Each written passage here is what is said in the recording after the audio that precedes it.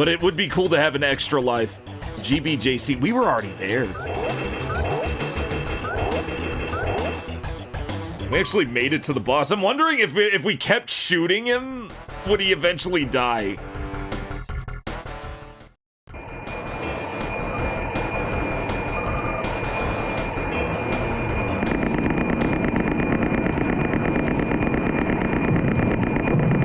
If we just do this, I think we'll be fine.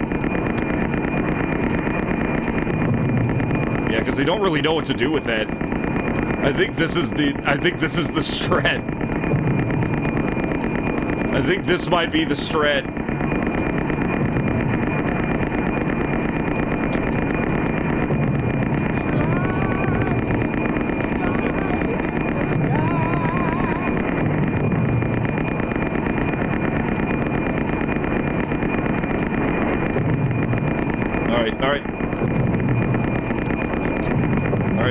We are not doing well.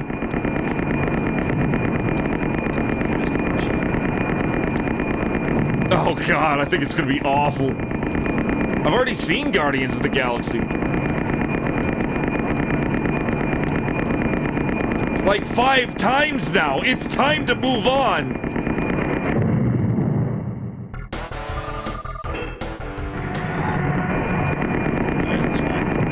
Like I said, if we can get through it with 3 lives, we can. Or with Deathless, we can. If we can't, then we just move on, because we have plenty of other... Oh, wow, we can't even... Like, the HUD is completely different. The screen just freezes when we...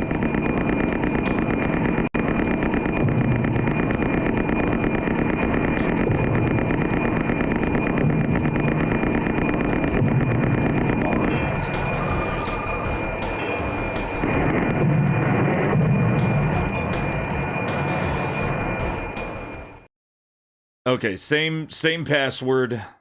1 life. It's not a very long stage if we already made it to the boss. In 1 try, no less. We just have to find the shotgun this time, because we didn't have the shotgun. I guess we have to delete the dude with the flamethrower.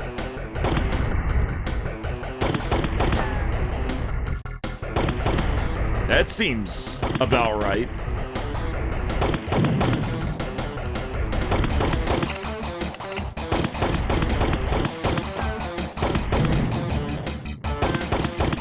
We should have just deleted that guy with the flamethrower. How's it going, Venners? I'm not interested in Supergirl at all. Remember, it takes place in a universe of a franchise I don't like. Not Superman. I love Superman, but James Gunn's Superman is not something I liked at all. It was real shit.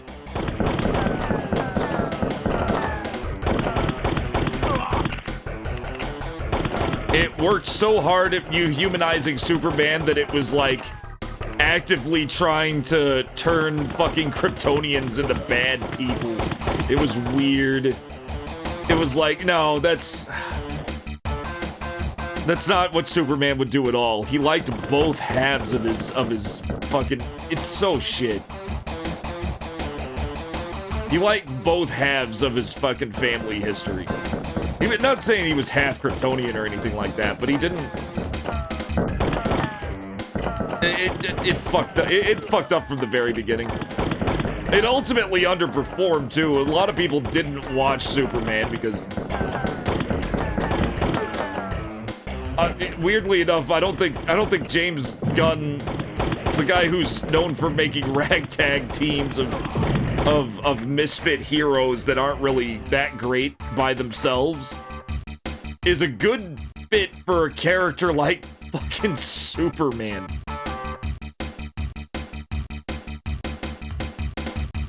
That's like, I don't know. It's like getting the Dirty Harry guys to direct a Sonny Bonds movie. That would be cool as fuck. But Sonny Bonds isn't exactly known for being, you know, anti the book. He would be a much grittier Sonny Bonds.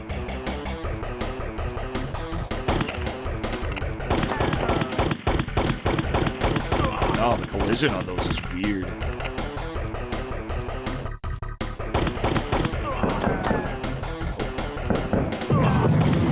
Sounds like they're knocking on a door. All right, let's look around here. Because this is where we saw a shotgun. It's also where we found the Uzi.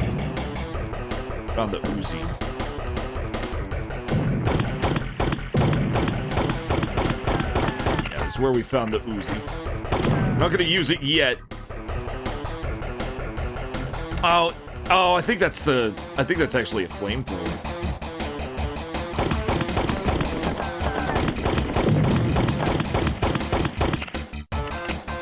We get Super Arnold to get on one of those. Yeah, over here. There we go. Oh. Yeah, this has got to be the place. This has got to be the place where we can get that. We just didn't look hard enough. No, I'm done with the whole superhero shit, too. I don't mind incredibly powerful characters, but they don't necessarily have to be superheroes. They don't have to wear capes. Ideal film of Hyborian age with beautiful choreograph and like a ballet of blood. See, that's what I'm trying to write.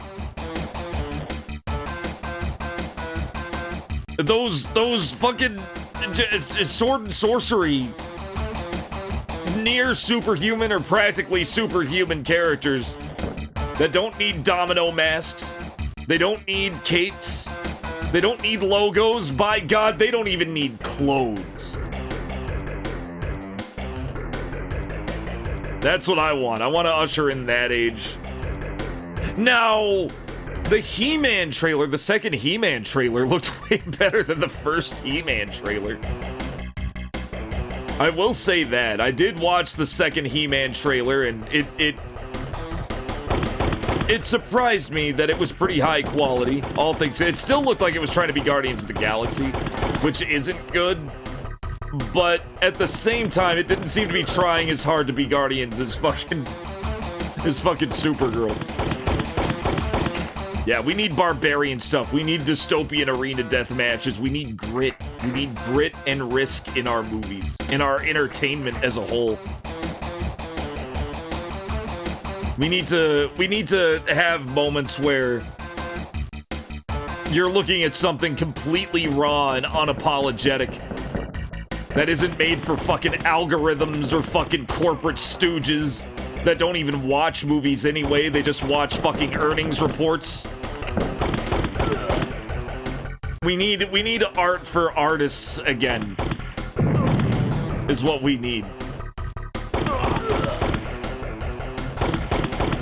These guys go down in one shot.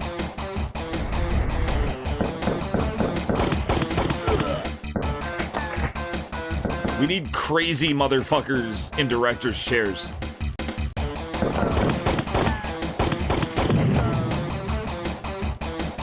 We're just not really getting that these days, and we need it back. We need it back bad. Hollywood desperately needs it back.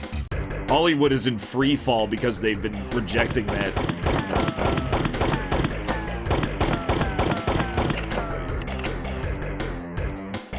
How do I deal with this before? Guess like this. Oh, I think I just rolled past him. I don't care. I'll kill him. I'll kill him.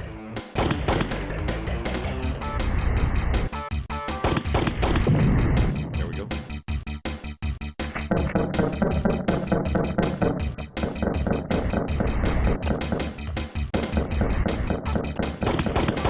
Oh, they're doing this. They're doing this again. Where they have a red shirt guy who, like, guards a health pack with a Karnov next to him. They've done this before. Damn. He's getting shot hard.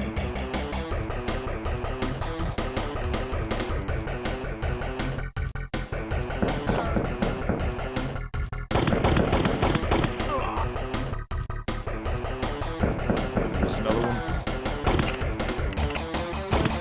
Lucky bastard. The 3 lives now.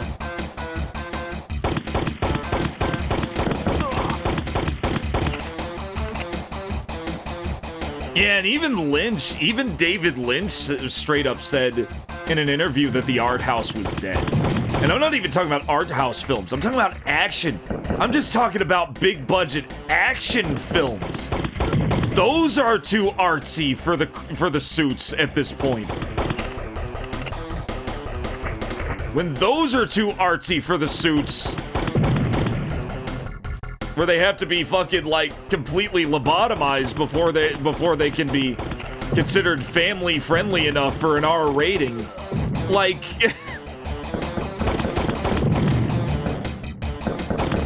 you know it's gotten pretty bad.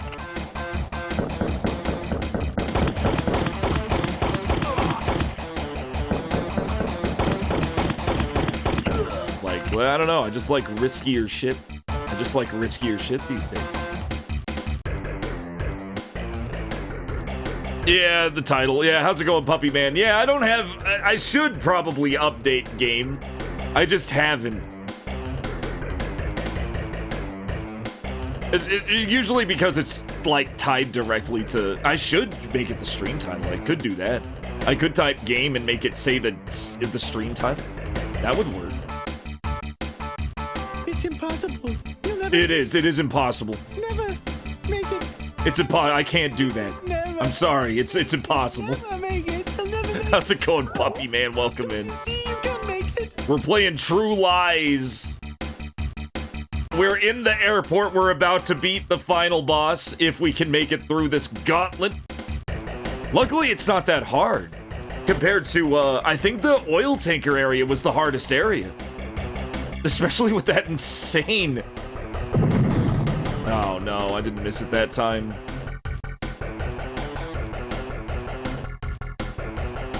His last actual shoot 'em up. Let's look into it. Let's look into it, because I want to know too. I know that he's gonna be in, you know, he's gonna do King Conan. I don't know how good or bad it's gonna be. Let's take a look. Alright. Kung Fury 2, I don't count. I think that's just gonna be a short film. An unfinished martial arts. Oh, it was abandoned. And it was supposed to be a whole movie. Predator Killer of Killers definitely doesn't count. It was just a likeness cameo. Terminator Dark Fate.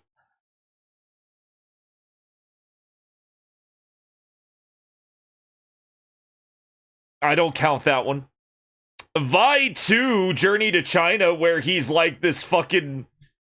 Where he's like a red coat, and he fights Jackie Chan. That's not really a shoot 'em up, and he wasn't the main character. The Game Changers, which is a documentary. Killing Gunter? This one might be it. This one might be his last actual shoot 'em up, was Killing Gunter. I don't know how good it was. It was a Saban film? Narrator of a documentary called Wonders of the Sea 3D. He is a fish.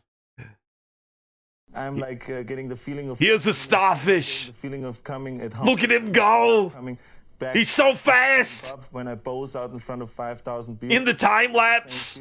So I'm coming day and night. Aftermath thriller film about two colliding planes. Two planes that have a mid... Oh, okay, it really was. It was based on events of people surrounding an actual mid-air collision in 2002. I don't think that counts. It only made $800,000. Terminator Genesis, I don't care about that. Guardian? Captain James Hook? It just hit me. He was playing Captain fucking Hook in that... What?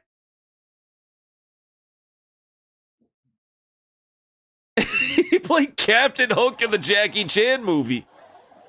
Maggie, which was a dramatic... this is probably his last genuinely good movie, from what I've heard. I've heard Maggie's really good.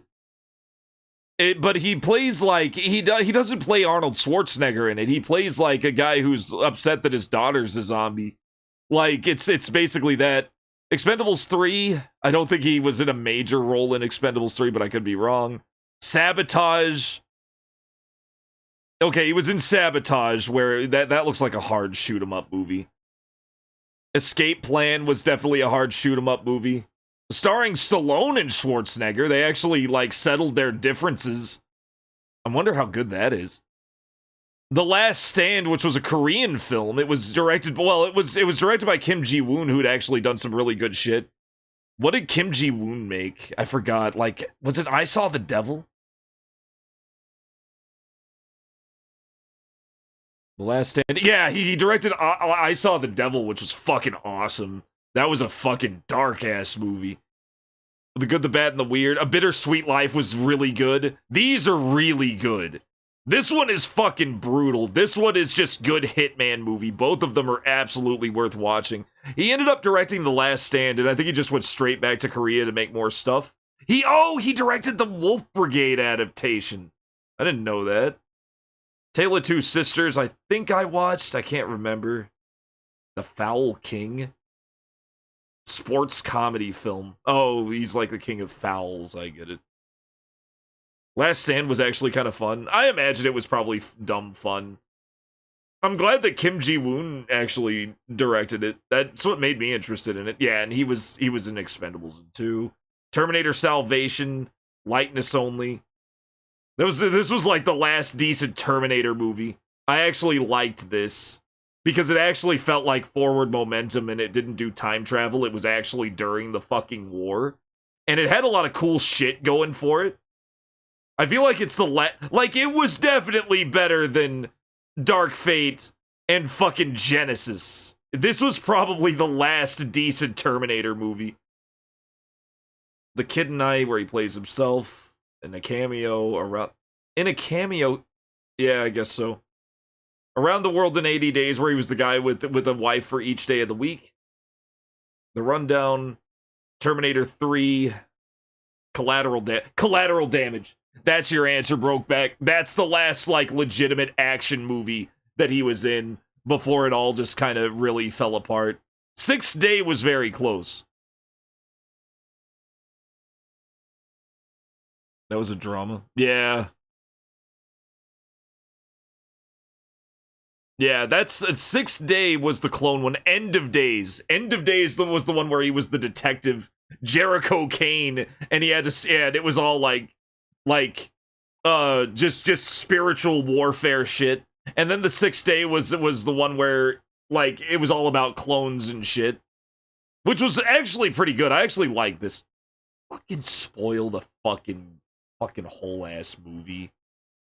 Collateral Damage, I remember it being okay, but we were all like, I remember watching it and we were all like really stunned.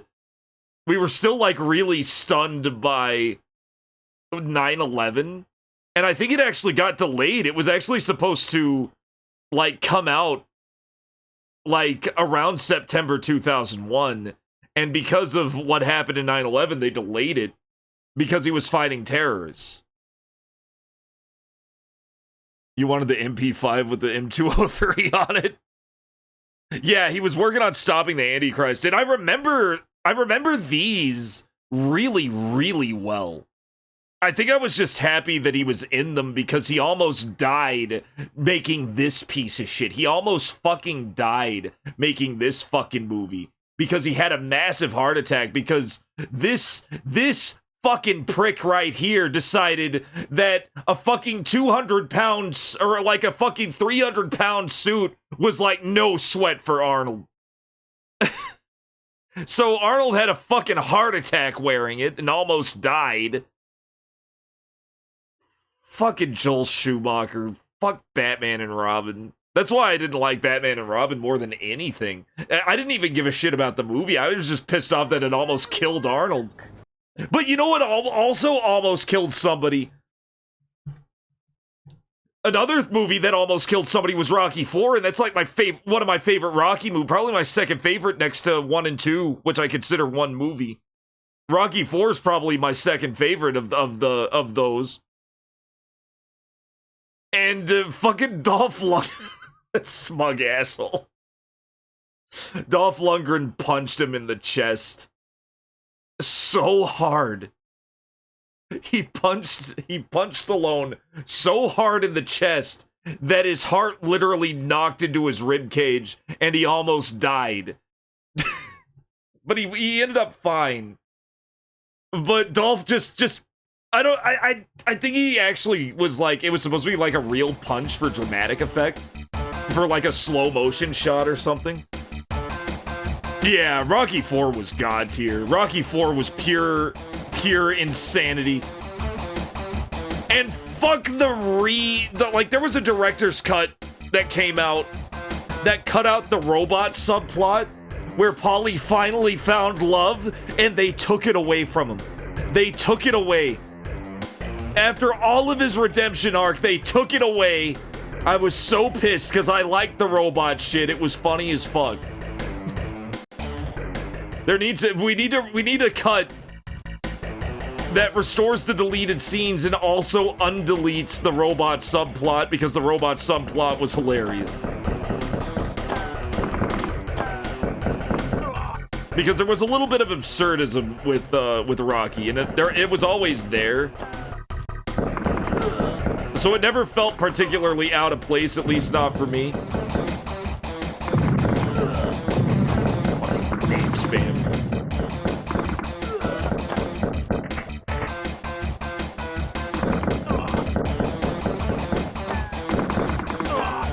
Wow.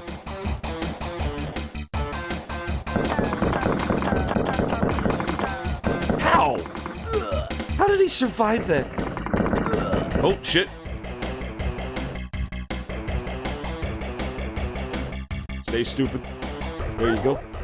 What a dunce. Yeah, they ended up getting rid of the robot anyway for Rocky V, but... I mean, Rocky V made a lot of other mistakes. I didn't hate Rocky V. I feel like the hatred for Rocky V was probably a little... I wouldn't say unfounded. I can understand it. There was no, like, big arena fight at the end like there always is. You know, there were reasons why someone wouldn't like Rocky V. I didn't mind it. I thought it was okay. I was in it for the family drama at that point. I need to watch Creed already. I need to watch at least Creed 1. I don't know about Creed 2 or 3, but I've heard good things about Creed 1. Yeah, that street fight was badass. I love the street fight. That was the big fight. That was absolutely the big fight of the film.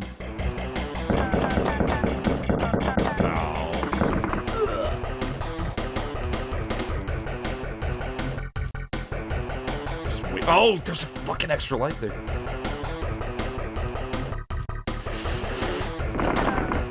Dirty. Oh. Arnold, get up here. Super Arnold. Where'd he go? He despawned. They could despawn. I can at least get the extra life and still have 2 lives. It just feels like a repeat of last time. But now I know that guy's not as invincible as I thought he was. I thought he was a little less... I thought he had a little less health than that. I thought he had normal enemy health, and he didn't. He just had insane health.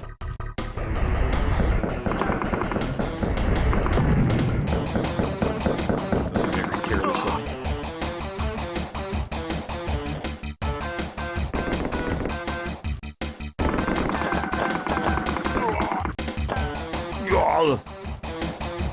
Even make little Arnold sounds. Tell me that's not a super Arnold. No!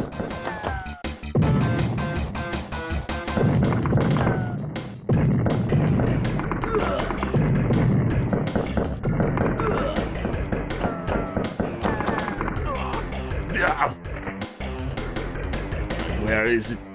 There it is! Back to 2. Where Creed's son fought the son of Drago? Oh, really? That might have been 1 or 2. 1 or 2. The reason I didn't watch Creed is because I didn't know it was a Rocky movie. For a long time, I had no idea that it was a Rocky. We got the shotgun. That's what I was missing. I didn't go up those stairs. All right, we have the shotgun now. Good.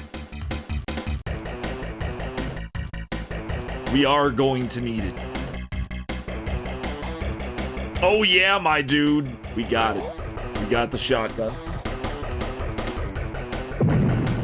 Oh my god, I stepped on the...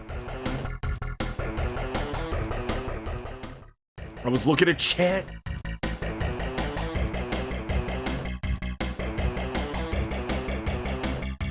This is level 10, polyethylene. This is level 10, and what's funny is that it's less absurd than the difficulty of level 8. Level 9 was the easiest. You only die once.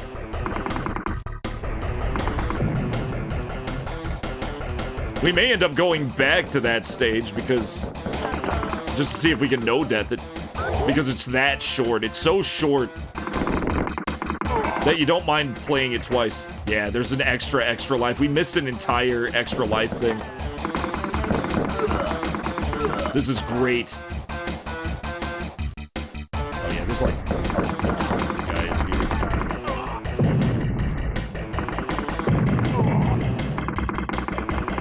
Oh, I could've gotten them killed. It's fine.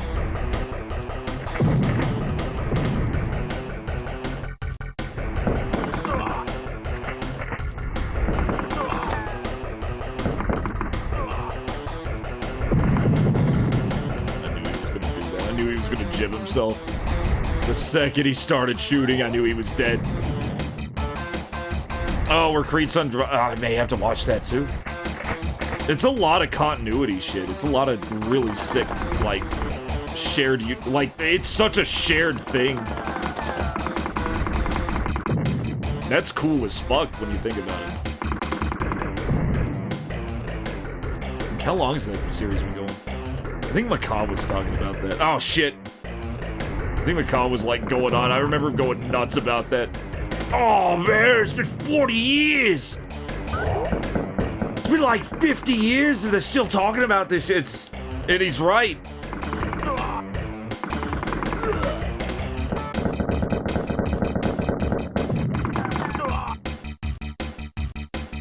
Oh, yeah, there's, like, I think there's an... Yes, there is! All right. There's this hidden explosive box there. And then we have another extra... Oh! Yeah, this one just isn't as mean as the previous stage.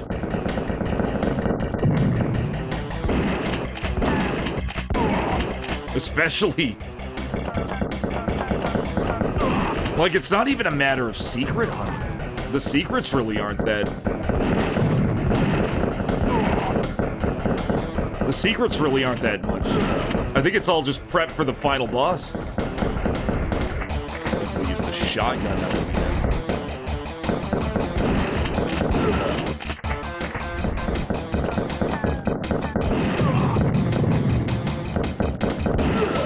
Jesus. That... Did we not get the other extra life? Or was there an extra life here? I don't even think there was. I think that was earlier shit.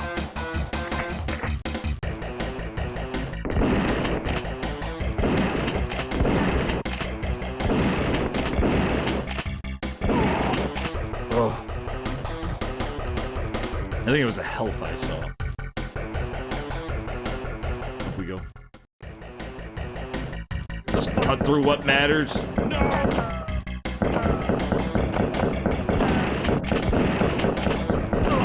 See, the shotgun really isn't that great for certain enemies. Compared to certain other enemies.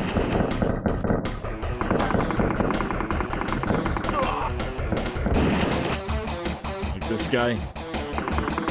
Probably want to just be a little more long range with him so he just won't kill you. They also have way less health even though they were formerly bosses.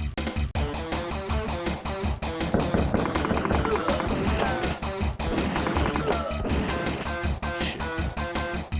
Not good.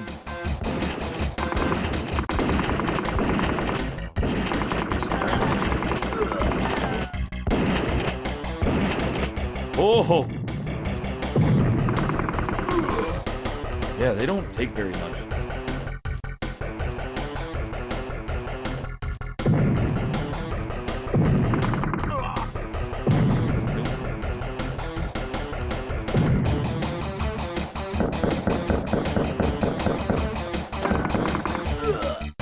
Oh, extremely satisfying when you get when you just hit those little sweet spots.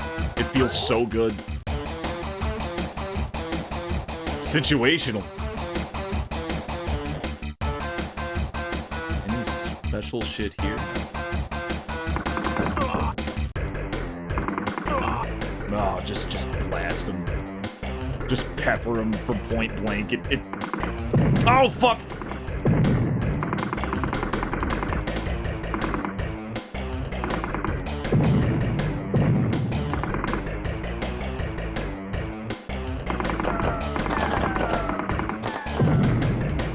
Shit. He was actually... Oh, he gave me a hard time. He gave me a hard time and wasted a lot of my ammo.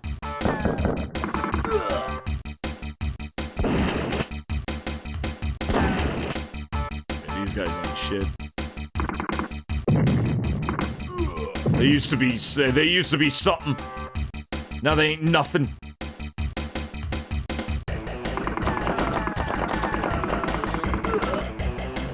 Yeah. It's so wasteful. Like these guns are so wasteful.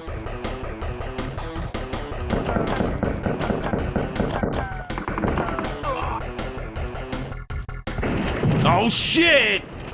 Oh, I should have fucking rolled. I didn't roll.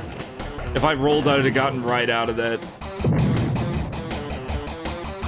It was this asshole here. I think he got me pretty good before, too. Okay, we're still, oh, fuck. Gotta think of something else with this guy.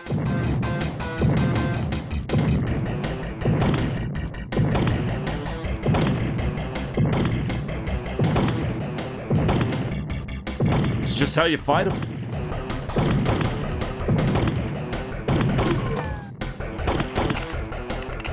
Alright. Whoa! Whoa! Motherfucker!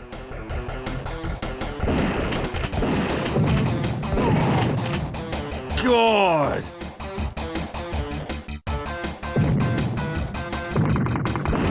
Oh, of course, he just happened to nick me. Oh, I'm pissed.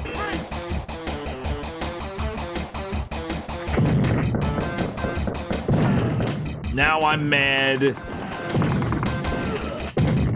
So, like, the tiniest shit could go wrong. And it's pretty much over. Like, mathematically, like, how far am I gonna get?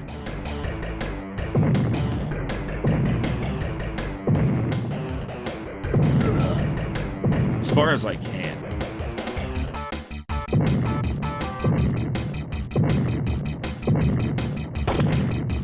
Can I not go that way? Yes, I can.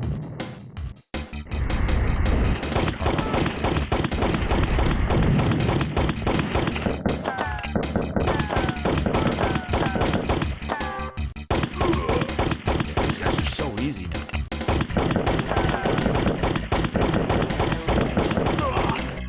Oh, they do so much damage. Oh! Fucking trash! Yeah, this is over. This ended. This run ended.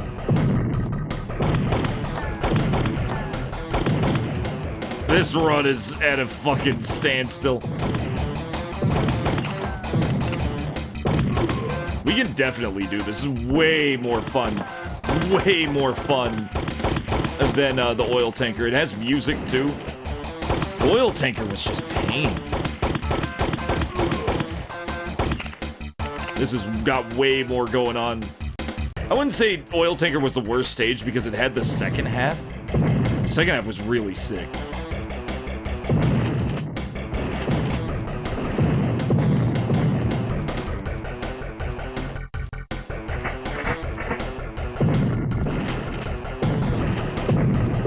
I can't move. I can't move because of that stupid thing. Jesus. I couldn't move because of the fucking hole in the ground. Alright. HJB.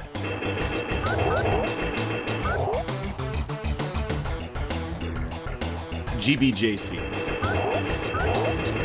Luckily, it's not as hard as... It's not nearly as hard. I'm enjoying this shit.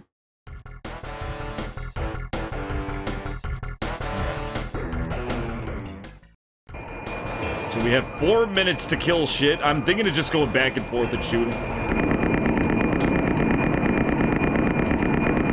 Just like this. Good luck.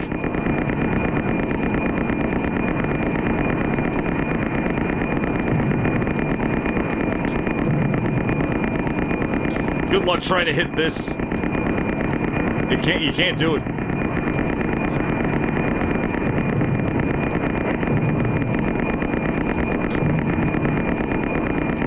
Yeah, only use the,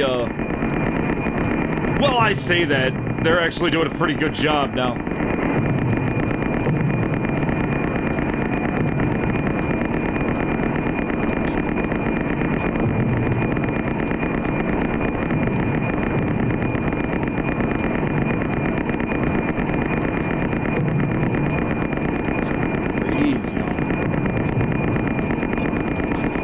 Gotta go around in big circles. Come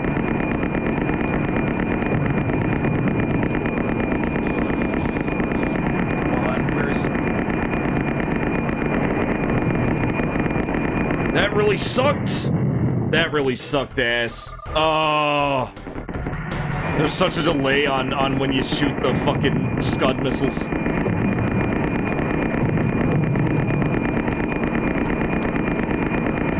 There's such a Scud missile delay. Oh. I really can't afford to die now. Man, was I doing this good? Oh!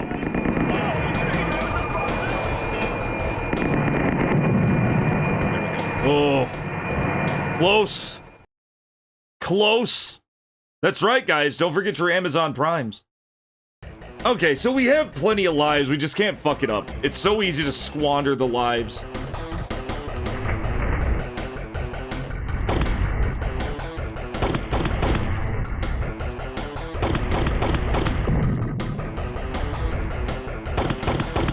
It's so easy to squander the lives. We just don't do that.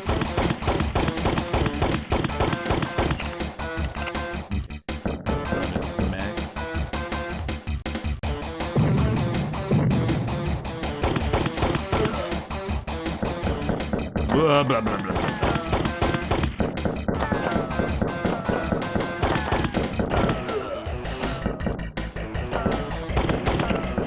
It's a fucking car dog! Ugh! God. You get a little overwhelming. You just forget shit.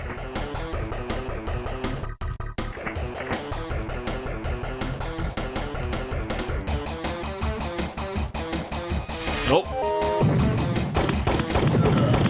Okay.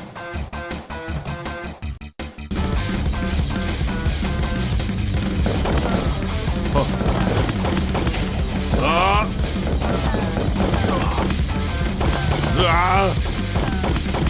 No! I don't like the thing popped out like that. Fuck, why was I facing that direction? Why was I facing that direction? I need help. I need healing. Actually, you know what? No, come a little closer, bud. There you go. Come a little closer.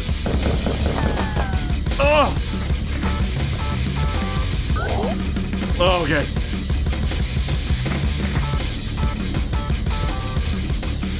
I'm locked. Fuck. Alright, let's lock in. We gotta lock in. I can't go in blind rage.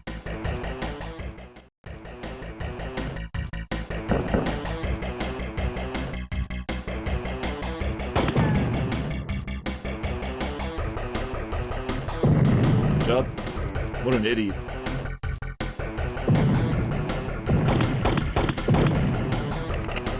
Two FPS.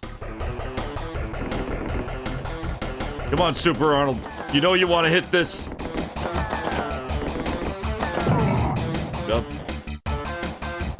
Take that.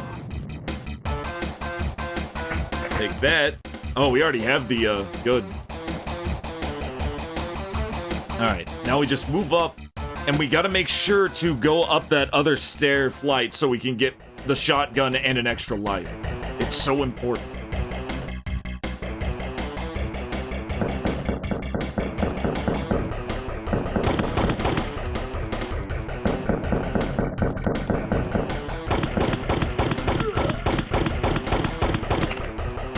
As always, the trickiest part is explosives.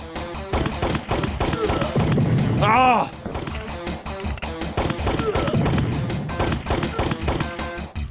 Ugh.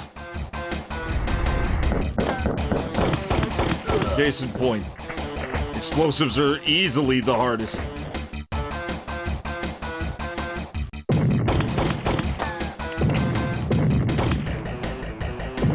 Is he hiding anything? Was there any... There was no reason. No reason, I don't think. Ugh. We need our shotgun back. We'll get it. We'll get the shotgun.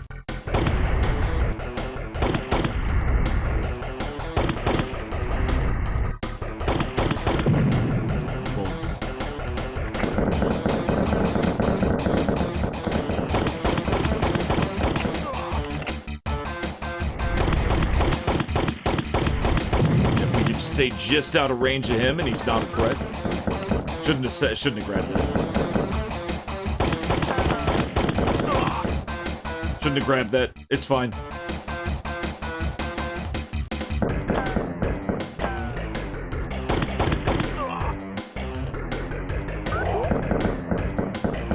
It's like they really are throwing everything they've thrown at us before. It's just so much more palatable.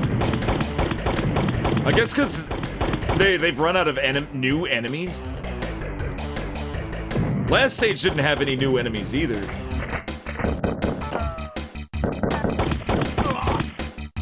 Of course, they have new bosses. Bosses are new. Because they have to be.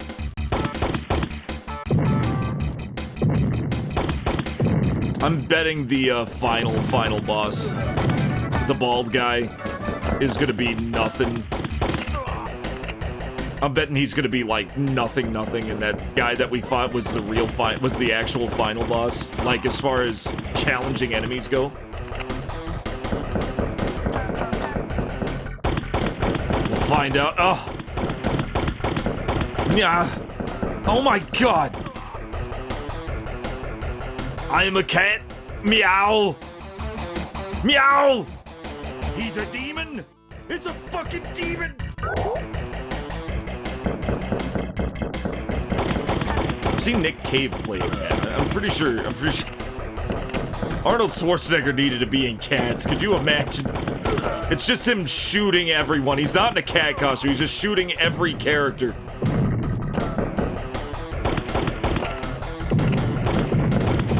For crimes against humanity. I feel like it would have been much better received.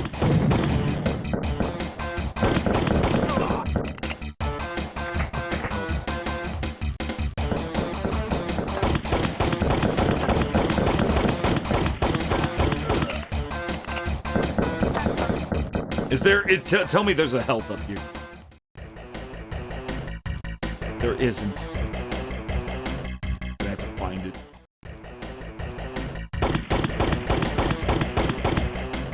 Wait. Can I just do this? No! Oh, I can just do this.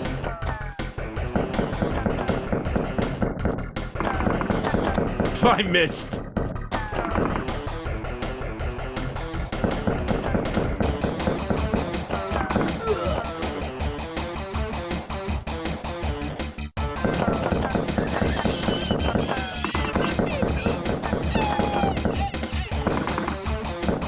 You're kidding me. Got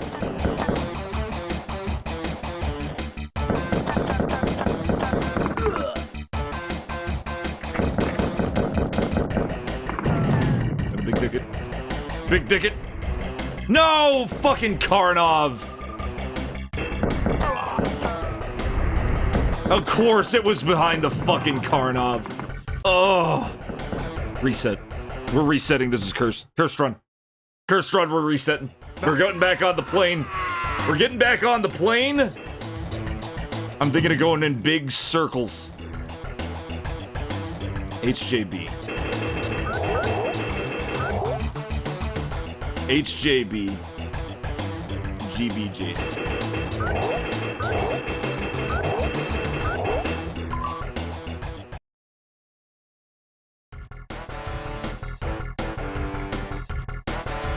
Cats is just extraordinarily stupid.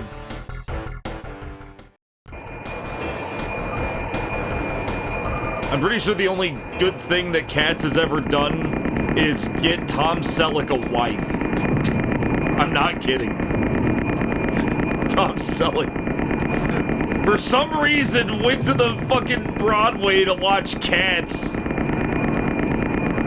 It could have been because he was talking to her before, but like one of the chicks in Cats he thought was really hot, and he ended up marrying her.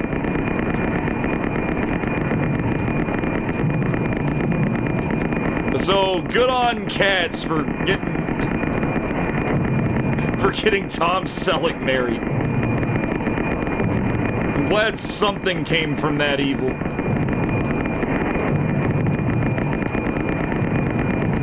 Oh god, we're dead. We're dead. We haven't even made it to the second. Okay, so big circles doesn't work. It's bad. Nah, when you got people. No. No.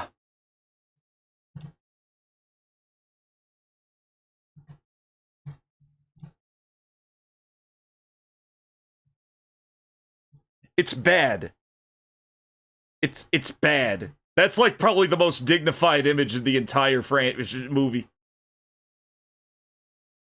It's bad. It's not good. I don't like it. I'm not fun. My favorite musical? I hate musicals generally. But if I had to pick one, it would be Blues Brothers.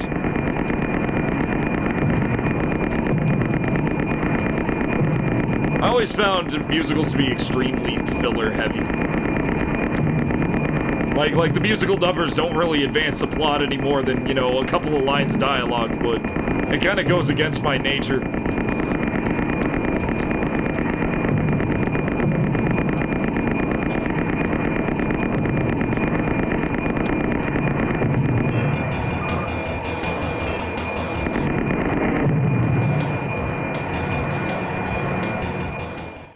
Probably. Yeah, I didn't like it. I would have liked Sweeney Todd if it wasn't a musical. Like, usually when I see a musical's plot, I always immediately think, would this be better if it wasn't a musical? And the answer has been almost 100% of the time, yes.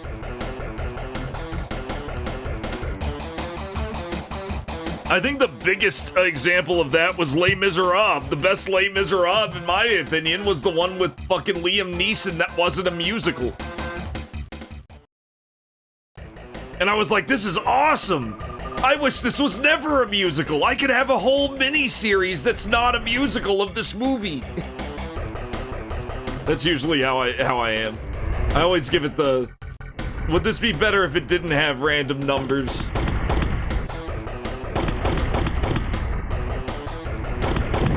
So then I start seeing like the potentially good ones with the crazies with the crazy murder and shit, and then I'm just thinking this didn't need to be a musical. I was already sold.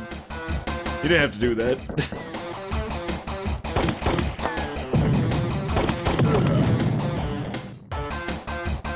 The Music Man was probably needed to be a musical. The Music Man. That's one of those exceptions where it's obvious the movie is about a guy who fucking sings. I'll give the music. The movie literally called The Music Man can be a musical.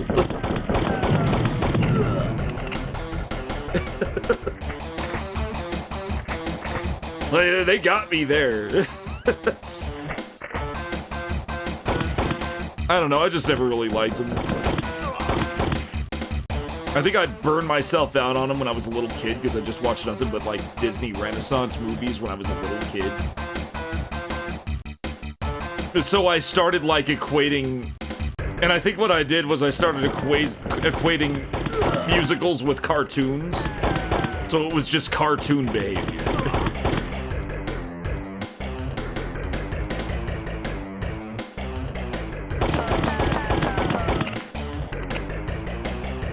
Okay. Alright, August, I sure will.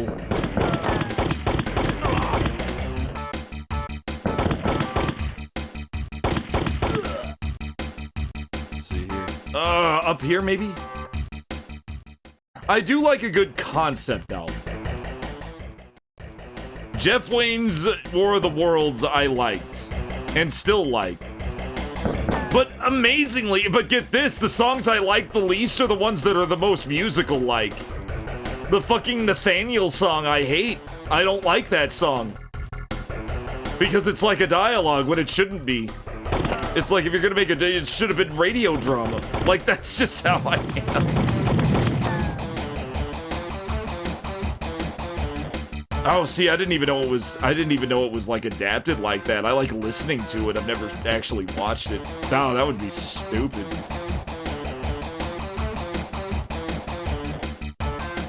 That's cool, Nuke. I mean, if you're gonna pick one, that's the one to pick. Can we lure him over? I bet we can. Nah, he ain't over. Jump over it.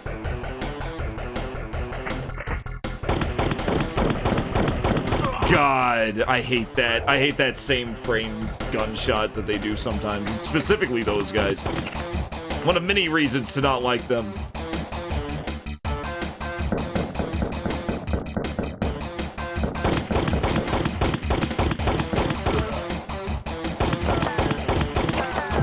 Ah, shit! I was trying to jump over him.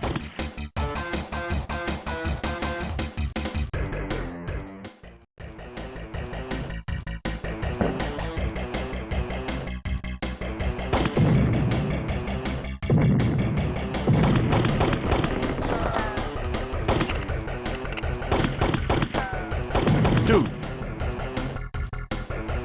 This is not looking like the run, guys. If I could survive, then it is.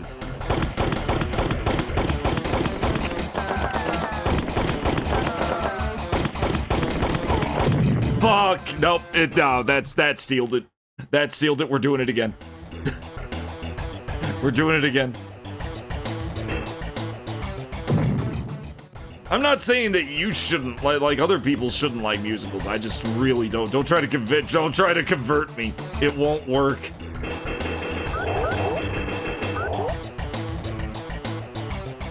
It just cannot work. That's like trying to convince, I don't know, Pooks of not liking musicals. You can't do it. It's impossible.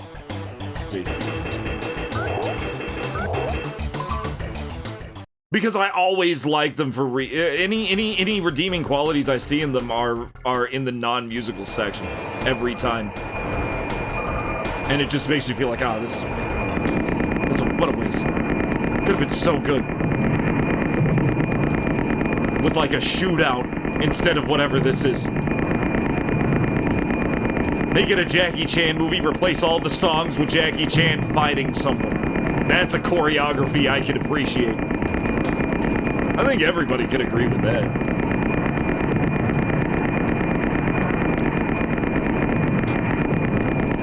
Did I kill it? I guess I did.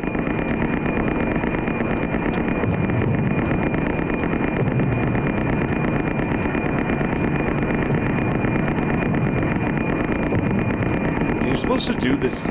Like, there's a time limit, but it feels arbitrary. I mean, we're gonna die. I think we just always die. But we have plenty of extra lives, so it doesn't really matter if we die.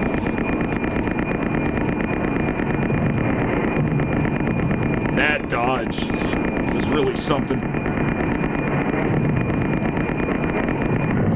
Now, he's over. was over then. It was over right then.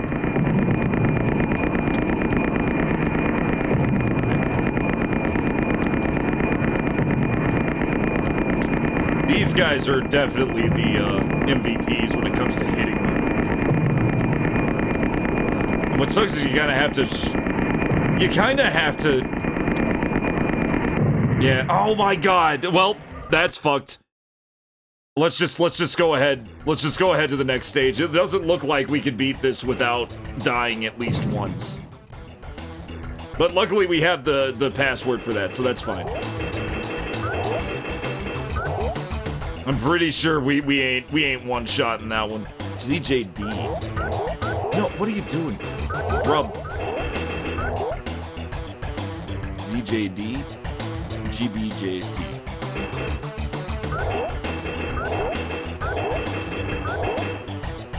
There we go. I can't be the only. Yeah, Kunio-kun, that's the good shit.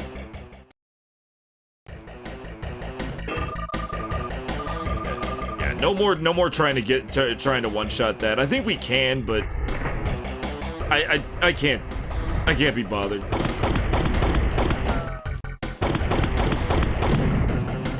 There are enough extra lives here for me to be okay with one life. We made it to the end of this. We'll make it to the end again.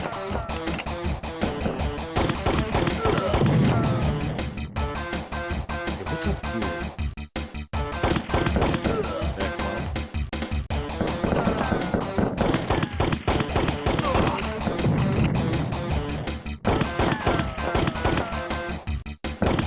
Turn around, Harry.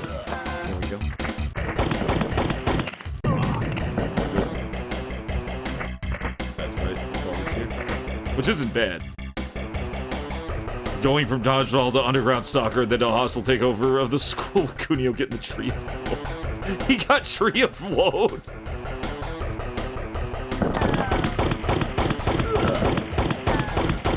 Kunio deals with some shit. Kunio has seen some shit. That's why I want to play those so bad.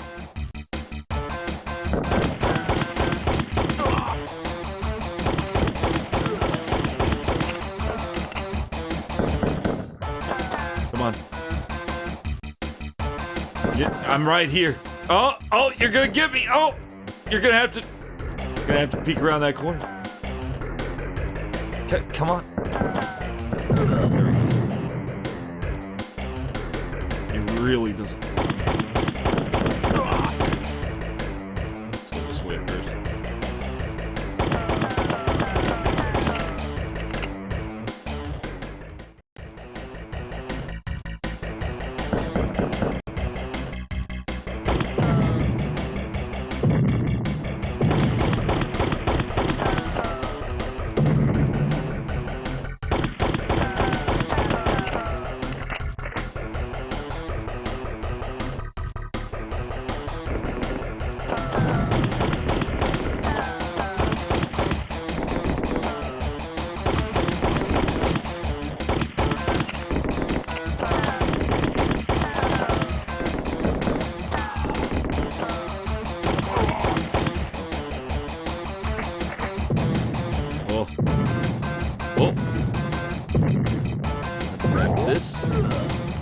Actually, yeah, let them, like, murder each other by accident. Although I don't really know if I'm really gonna be here later, am I? I guess that's where I get the... Yeah, because that's where I get the... Yeah, this is later on. So they're gonna be swarming. We could kill them now and not deal with them later, but it's fine. We'd be dealing with them no matter what.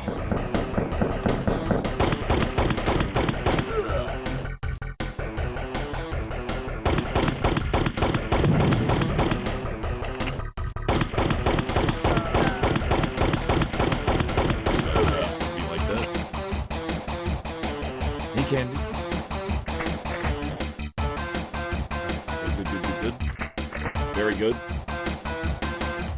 I don't want to have to use this yet, but I could. Maybe good. Maybe good to do that.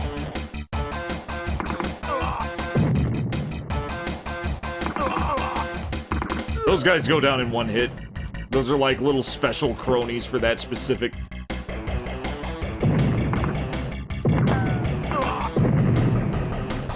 Yeah, there's no point in ever fighting that guy. No point at all.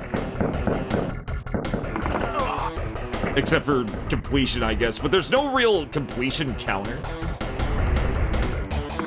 Or at least none that I could see.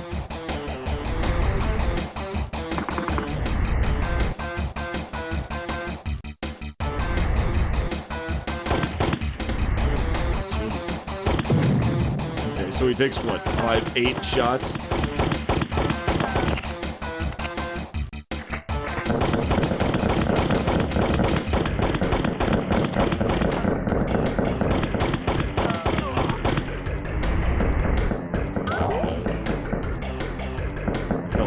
For the Karnov trap. Didn't have to, but I did. Fuck!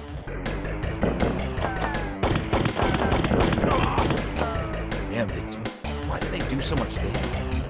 Every now and then, like, some enemies will hit, like, you know, twice the HP that they should.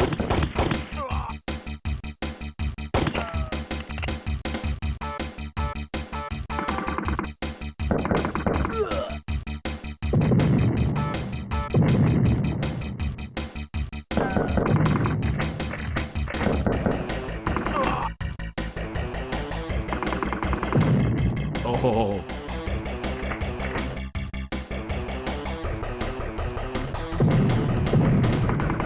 I don't...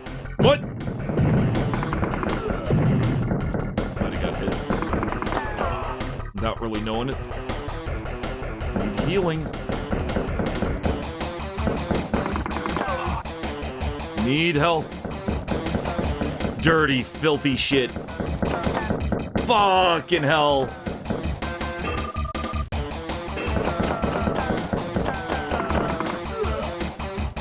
That angle was all kinds of bullshit. Oh, there's my health. That's what I was looking for.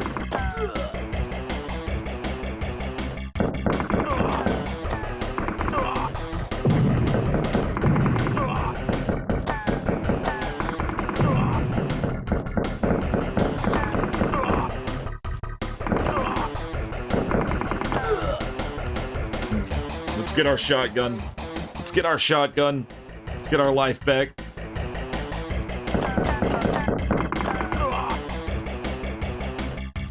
Just full-on minefield.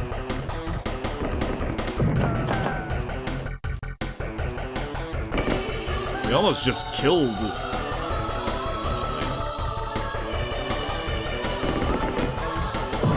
Yes! That's what I wanted. That's exactly what I wanted. Shotgun. More health.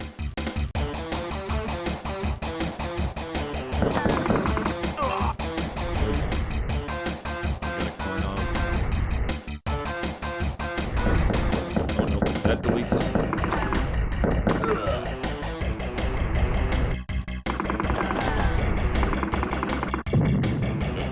Good, good, good.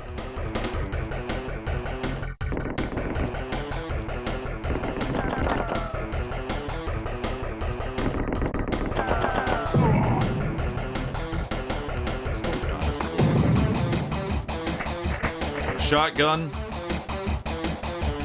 Of course, we're not done yet.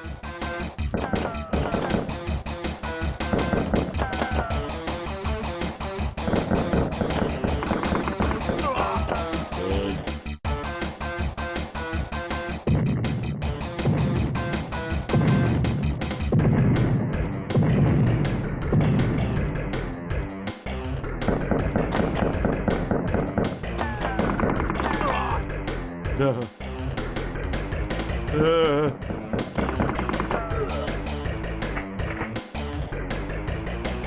Cool, cool, cool, cool, cool, cool. Okay. Alright, good.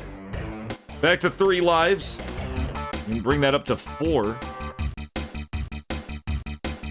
Absolutely worth it for the shotgun alone. The fact that they threw in an extra life there was really nice of them. And we get to, I think, fight some enemies early this way. I'm not sure.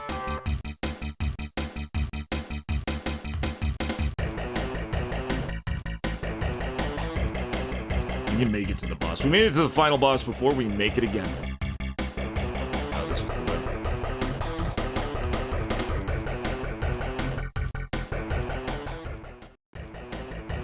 Oh, God. I mean, they were doing all kinds of facing, weren't they? You're talking about Kunio? Yeah.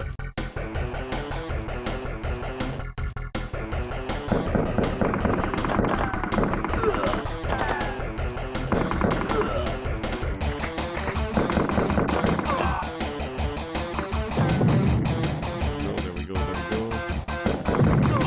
Oh, shit. You got a guy who knows full well that splash damage works.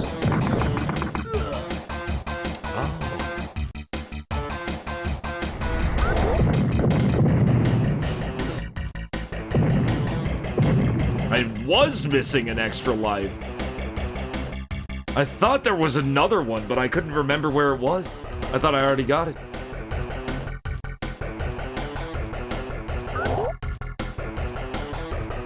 Alright, so now we can get up to 5 extra lives if we do this.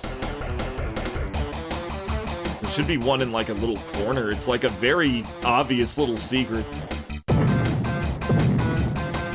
That's the thing, is the secrets get kind of pretty clear. I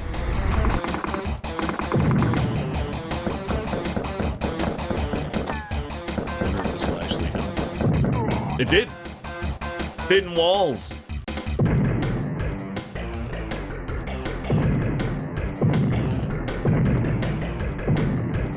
Well, where do we go now?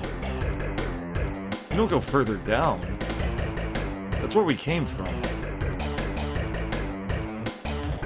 Unless this is just where. No. No, this is where we're supposed to go. Yeah, here we go.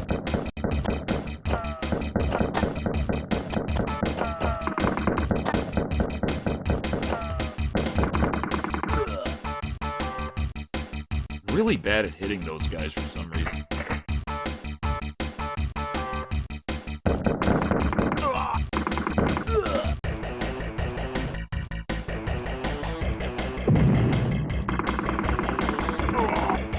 These guys.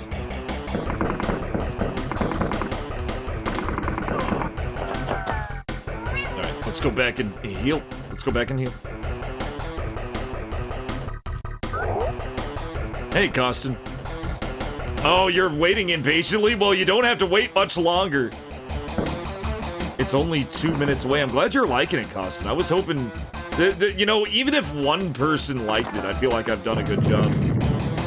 And Shilerai, he actually read the whole thing. A slightly earlier draft. Close enough to final, though. Like, no real changes, just little rephrasings and stuff. Just a little polishing up. I also did an age fix because I kind of goofed on, Matilda's age. That's Jim's wife. She was 28, and I wrote 24 before, and I meant to write 28. I just straight... I don't know, my brain farted. It happens.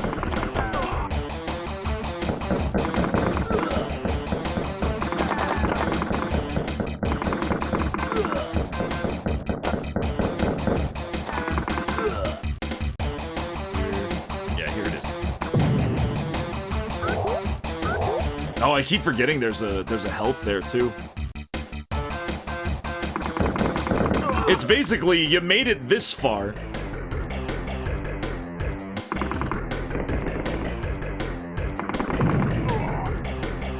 Here you go. It's still not gonna be easy. But here you go.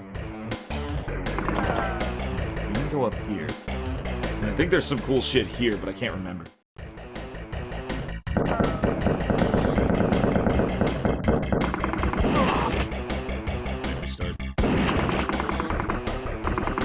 Start seeing the Trejos here.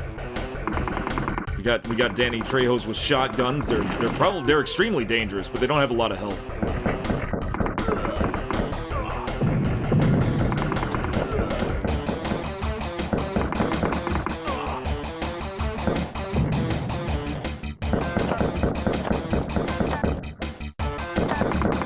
Yeah, Robot Chicken was really hit or miss. When they hit really hard. But they definitely were capable of missing. It happened. Everyone is.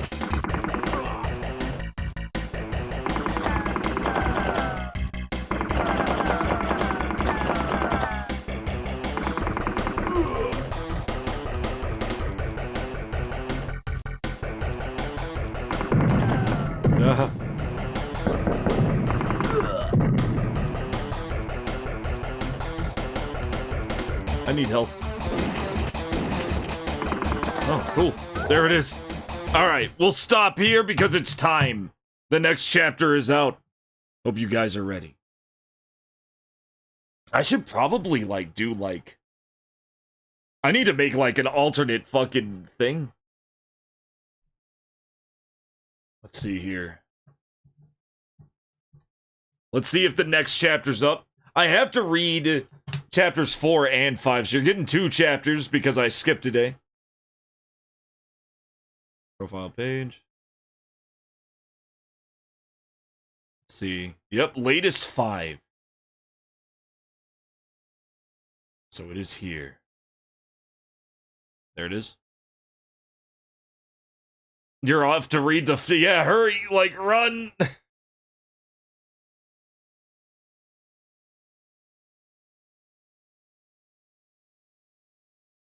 Yeah, this is chapter 5. We're just... Yeah, they're just about to leave. They're just about to leave into the wild. You'll see what I mean. Let me turn on my, let me get my extra special stuff. Let's see here. Books. Tales. Hilda. I'll use my fancy PDFs, which you can download if you're a member. If you're a subscriber, you can actually download these. I'll use the dark versions because they look really nice. The light versions also look good.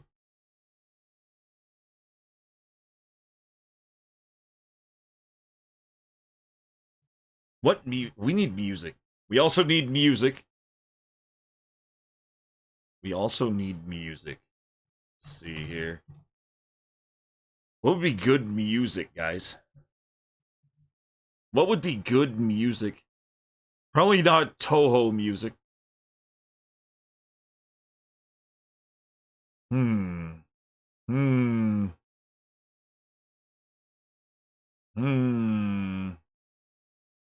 Kenny G. Kenny G would be great. I'm just gonna... There's this. There's just this for some reason. PC98 Aerogame music. We might as well listen to that. That's just right on my front page. Might be good. Let's hear it. I can barely hear it. Even now. I've got it doubled. Oh, it's probably gonna get, crazy as it goes. No, not really. These don't go very high. Hilderica. A Tale of the Wilds. I wrote this. By CTA. Chapter 4. Hilderica lies in her straw bed, her left arm stuck under a snoring heap of a man. It's raining again, lightly this time, not a crack in the clouds. She wants her hand back so she can watch the rain. She carefully pulls it out from under him, a little man, whoever he is, though not so little where it counts. She steps to the paned window and listens to the pattering. She loves it, wishes she could have seen it in the mountains back home. But it was always too cold for rain. Yelling below and kicking, the clank of plate mail. She looks down to the muddy street a story below, a tall knight, must be Jim. And who's he dragging by the scruff of his neck? She doesn't recognize him. She opens the window, grabs her sword, blows a kiss to the snoring man in her bed, and jumps. She lands firmly on her feet, barely feels it.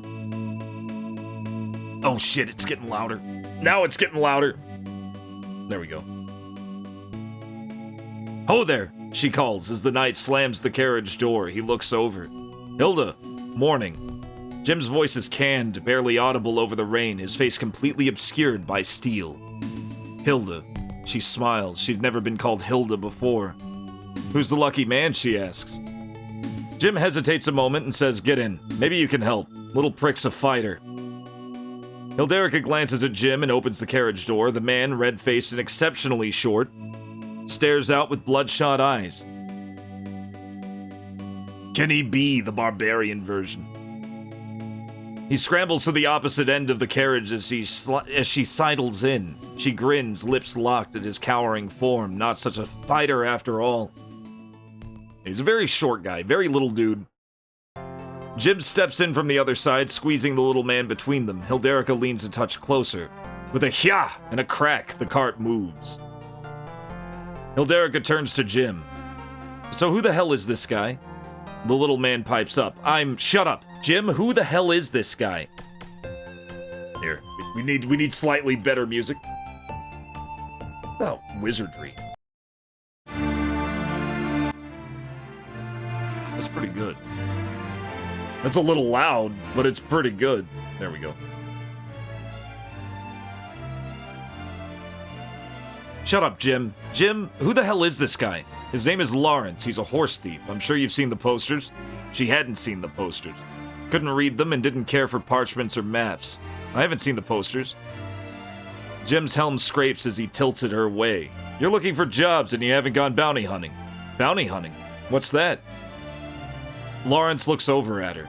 Shut up, Jim says. It's when you hunt criminals for money. You take a poster, you hunt them down, take the reward it offers.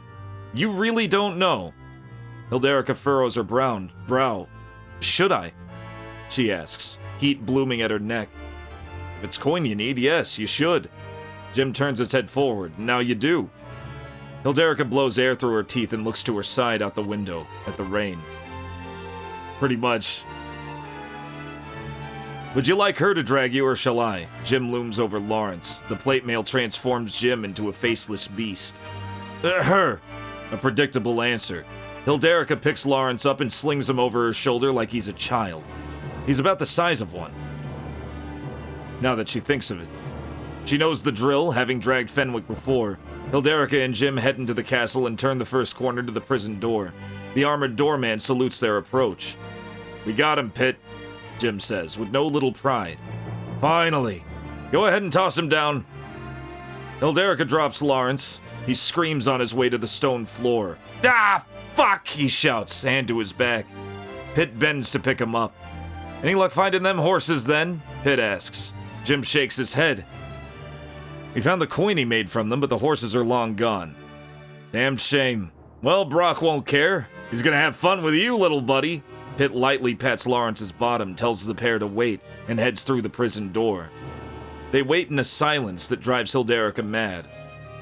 So what goes on in there? She asks. Jim lifts his visor, looks at her, and shakes his head. Hilderica meets his gaze, glances at the door. Are they gonna... I don't know. I don't want to know. He must have wanted to know if he was gonna go about stealing horses. Pitt tromps back up the stairs, dusts off his metal hands. All set?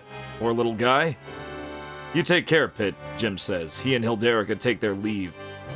So what about this bounty hunting thing? Hilderica asks. It'd be better than meeting with Dennehy again. Come with me. Jim takes her to the board at the entrance. About a dozen drawn portraits, not all of them well drawn, ugly mustaches, bald pates, a few posters missing save for torn corners. Hilderica reaches for one more yellowed than the rest. There's no picture on this one, just a crude map, little more than squiggly lines. Jim sees her eyes light up at the number beneath. This one, she says. What does it say? It had been on every board in Curitania, every city. Jim doesn't have to read it. You don't want this one. I'm taking it. No, that one will kill you. He reaches for the page. She moves her arm in turn.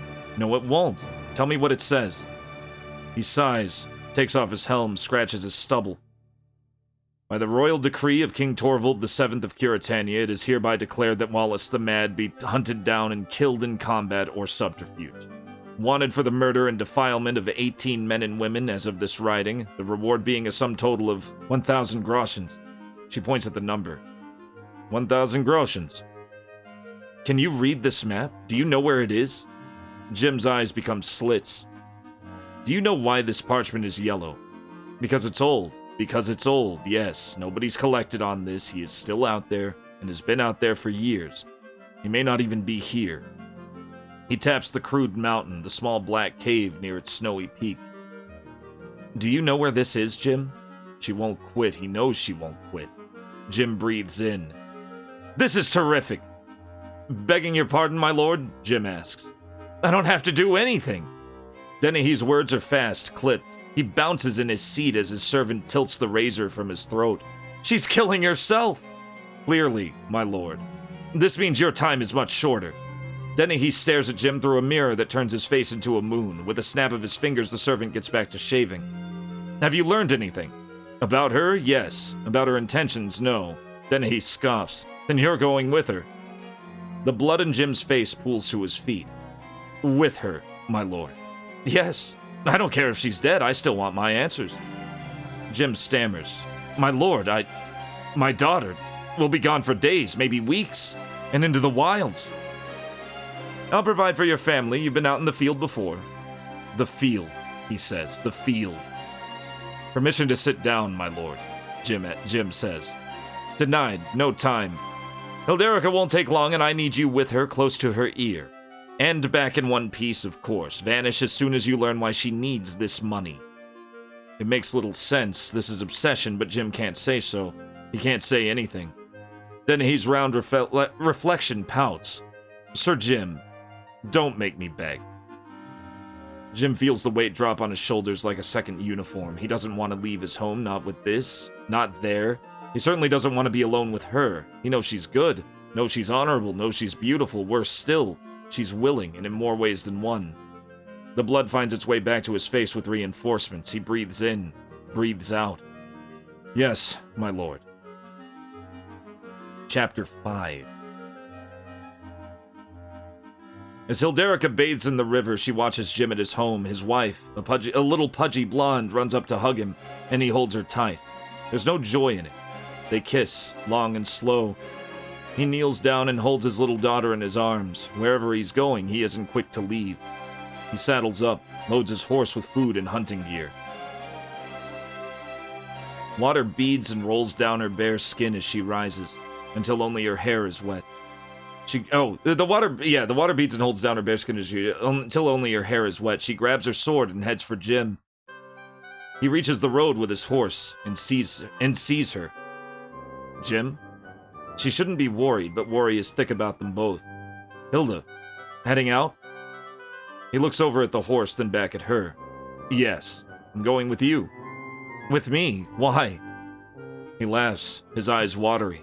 Why else? She glances toward the squat square castle. Dennehy. You know how he is by now, Jim says. I don't have to go after Wallace. Doesn't matter. I've already earned his bad side. I don't even know if telling him what he wants to know would help. He laughs again, an ugly thing. I don't even trust him with my family other than his softness for children, assuming that's not another lie. Delilah, Eamon willing, may save them both, but I am doomed. I'd rather be doomed helping. His eyes are raw, red at the edges, but not bloodshot. It's not quite hopelessness she sees.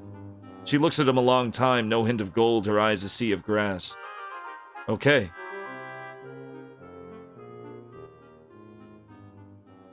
Once Dennington is a good distance behind them. Jim looks to the northeast in the direction of White's Peak. Hey, Rig, I'm reading the book I wrote. It's very exciting. Jim looks to the northeast in the direction of White's Peak. His map is a long tangling of roads. Well, thank you, Rig. None of which Jim has ever walked. He knows a path to this place, but not from here.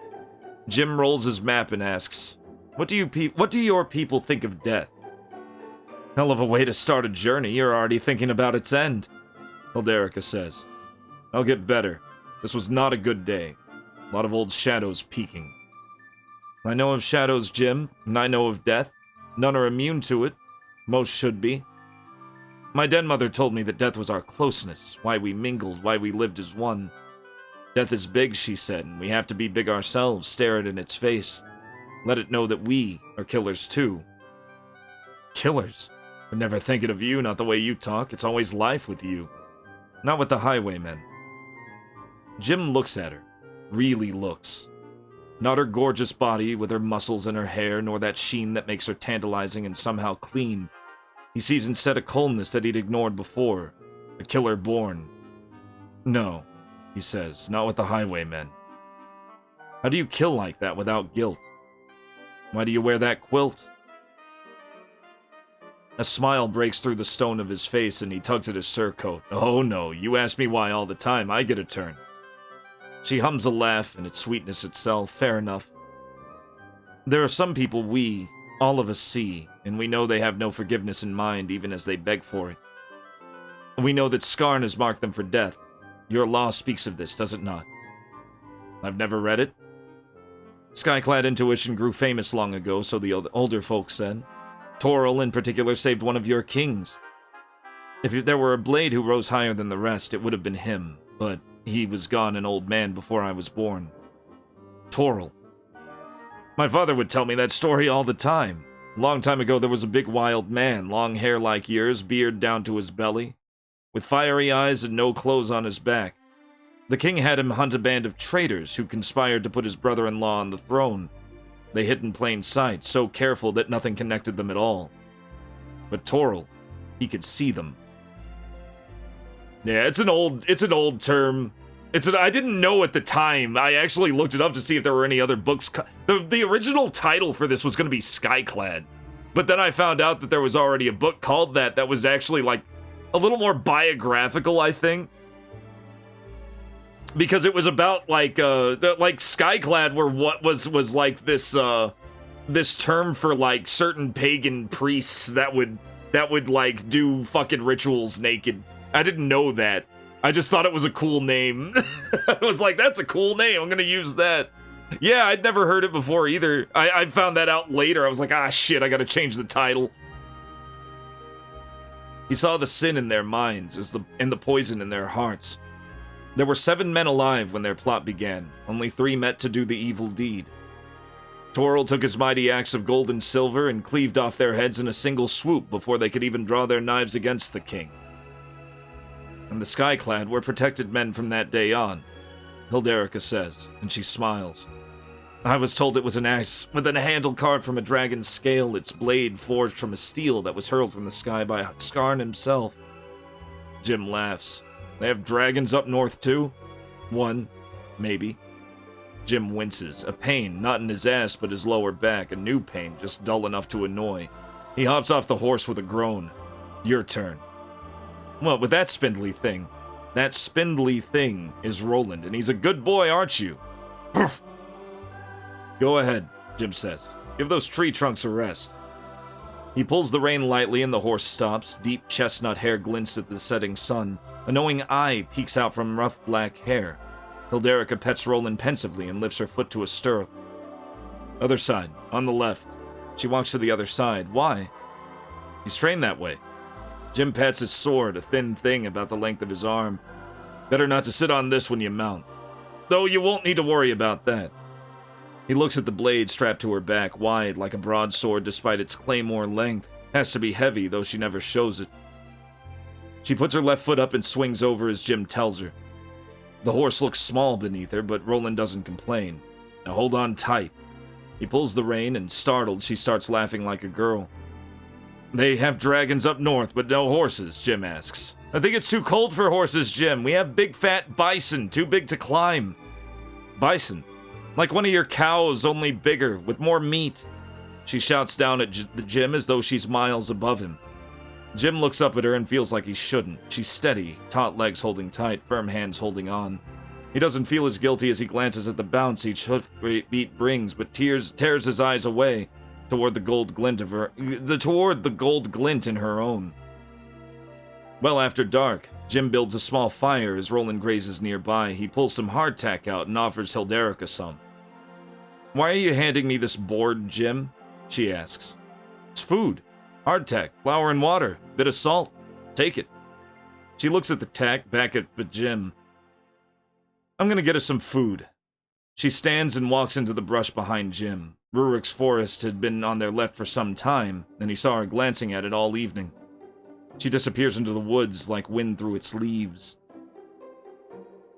How is she so quiet when she wants to be? Hilderica's eyes adjust to the darkness of the forest. In the long nights, where the sun would hide for days on end, the eyes of her folk would glow bright gold. She was no exception. She keeps her eyes narrow so she won't be seen. She breathes slowly, her chest rising. She smells the rain from days past. No, not rain, a pond, perhaps two. She feels the breath of the air caressing her, tastes fire at her back, Jim behind her, sitting at the camp. She hears hoofbeats faint deeper in. She ducks low and moves in silence. Her sword is in her hand before she even knows it. An elk, beautiful, young, sipping from the pond. He smells healthy, full, strong. He'll be sleeping soon, but she's hungry and won't wait. Toe to heels, she walks toward the elk. It doesn't sense her as she brings the blade down. Jim jumps as a huge carcass lands in front of him, a buck of no small size. Dennehy would kill them both for poaching if he knew. Thanks for shouting out, Rig. Big shout out to Nuke for Prez also.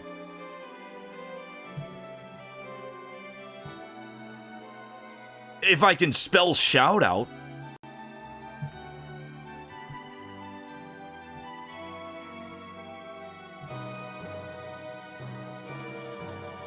Dennehy would kill them both for poaching if he knew.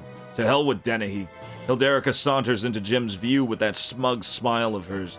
She bends over to his saddlebag, and he watches the young moonlight outline her. She pulls his skinning knife, asks if he's hungry. He laughs. Hilderica skins the deer like his father would, so fast you wondered if it were an animal in the first place. It's maybe a half hour when the bedrolls are down and the smell of real meat fills his nostrils. She squats down to soak the fire, far too much showing, but he doesn't look away. Hilderica closes her eyes as she tears through the meat. "By Scarn," she says. She groans into the taste.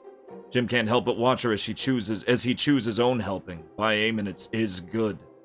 He wants her. He won't have her, not tonight, but he's too tired to hide it. She looks at him. She smiles. He looks hard at his food. He hears her breathe in, as if to say something. He wants her to say something. He swallows his meat, finds his courage. "Hilda, you want me, and it hurts."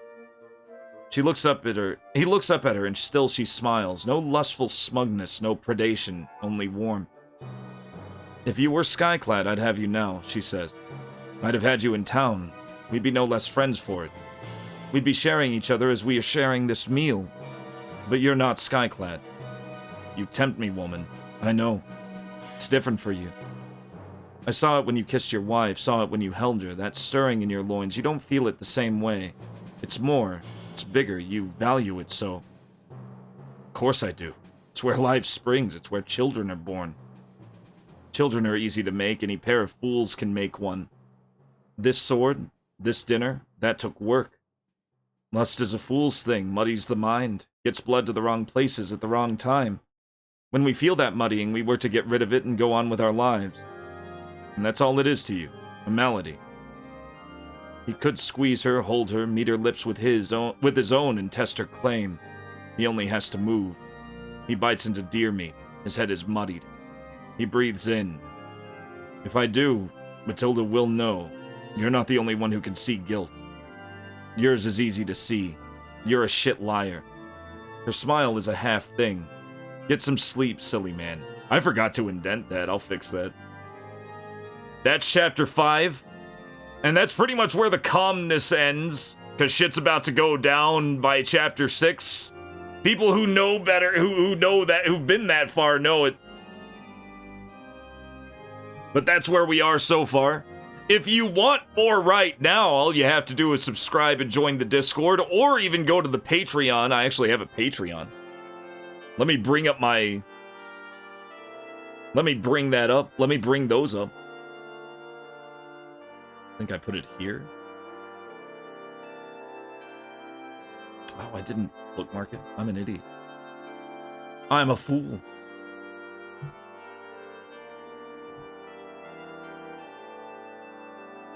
Let's see here. Absolutely. You guys are liking it? Absolutely.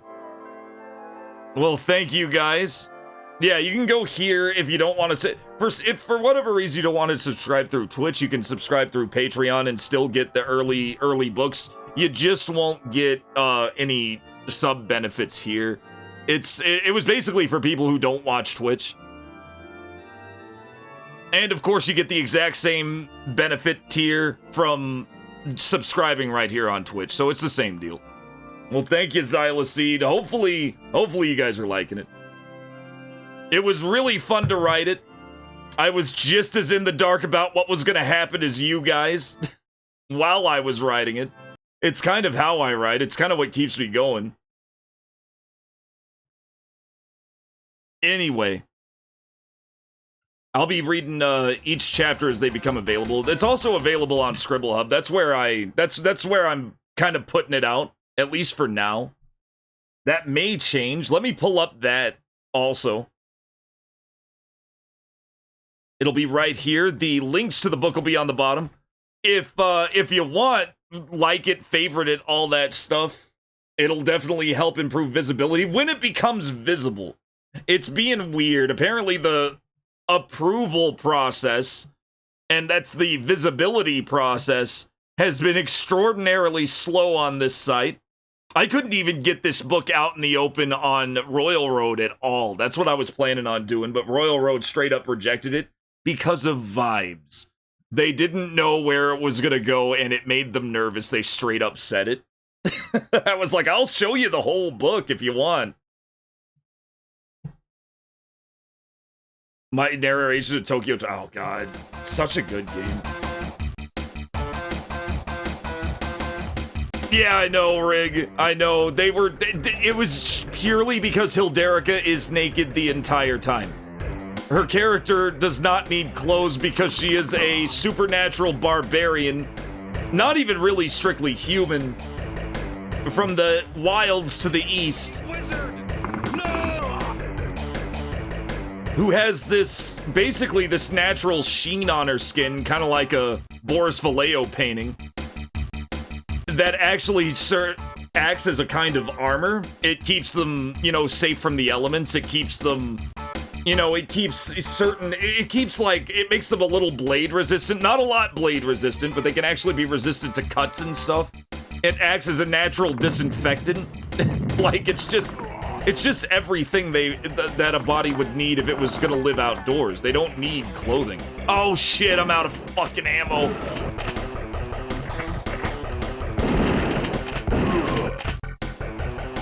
And it keeps them sultry looking. It also makes them look a little hot.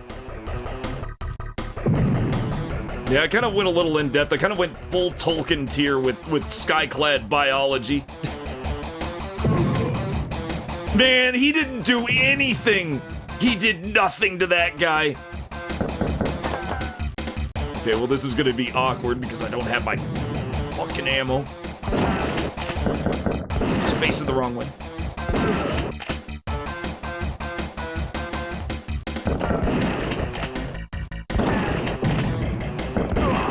There's a little bit of a delay.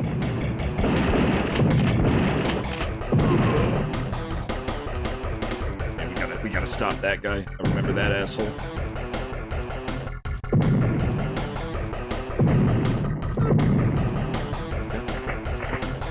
We have 50 rounds. It's not enough.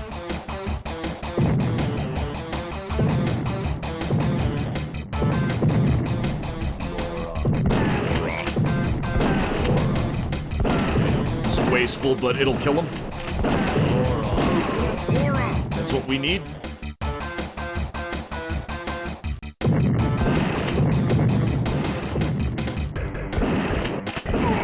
Oh.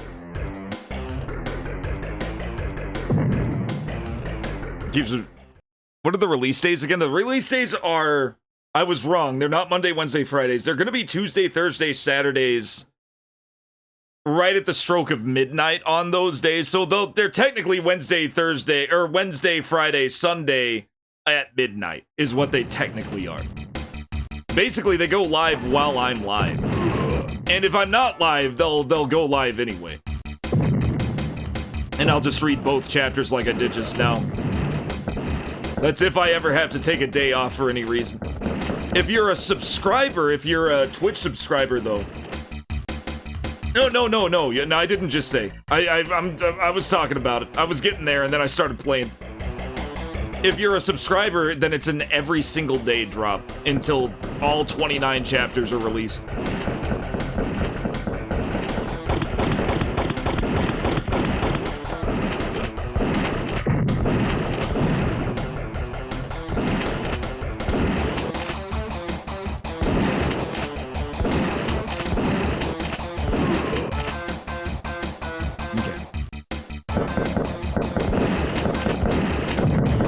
Oh, that really sucked. Oh! Right at the fucking... The same asshole, too, because this guy will not die. He won't die! What's with his health? Oh, this piece of shit.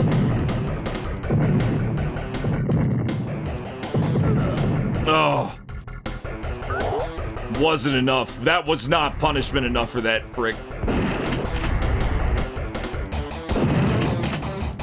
He just wouldn't die. I guess it was registering the blood, but it wasn't removing his HP. That was weird.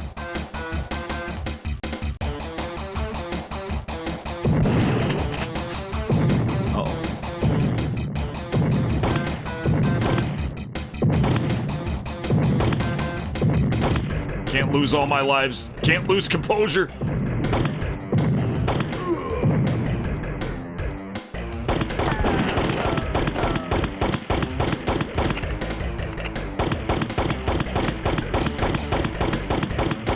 What piece of shit? What? Xyloseed, huh?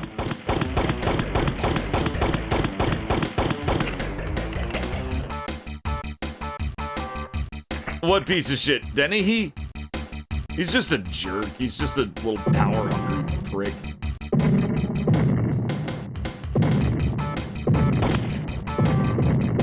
Oh, shit. Oh, fuck! Oh, the enemy of the game? I don't know what was with that guy.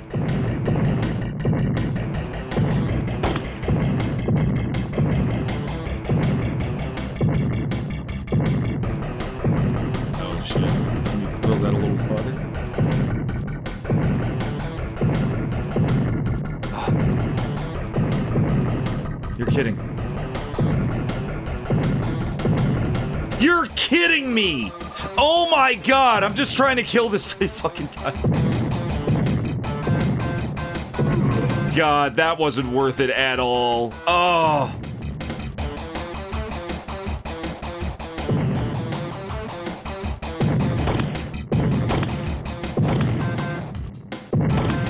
The game's just getting dickier is all that's going on. Well, now we have a spare health. 3 lives left. We still have plenty of lives. Oh. At least we have lives and ammo. Not as many lives as I want. Shit. Just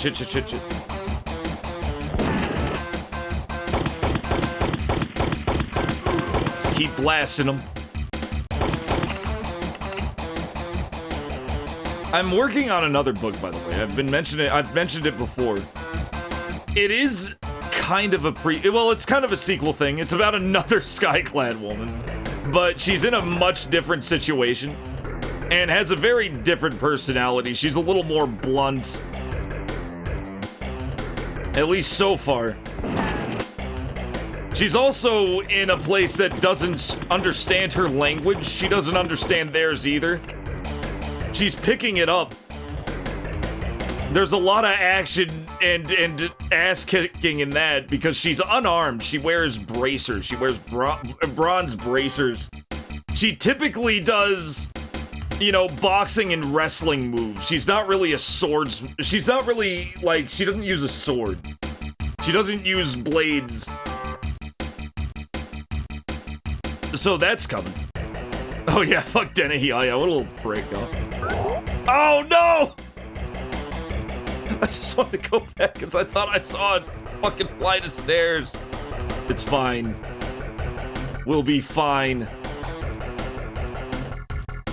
If we can survive, and I'm very sure we can survive with 3 extra lives left, and we just play a little more carefully with the Dante dude. Oh, there's a hole help there.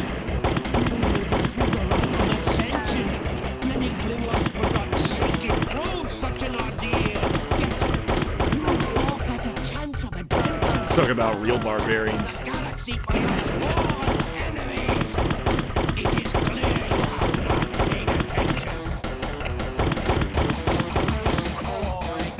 I love the sheer disappointment in his voice.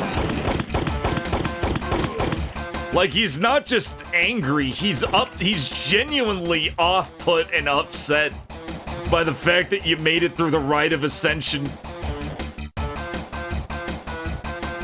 He's so mad that you made it and then you said no. Oh, here it is.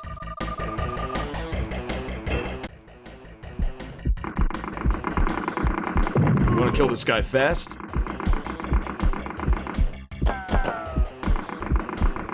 Oh, I didn't get the secret.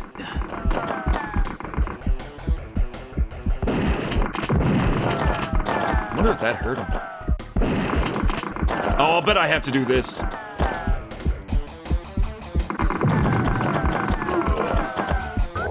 Ooh, got the health.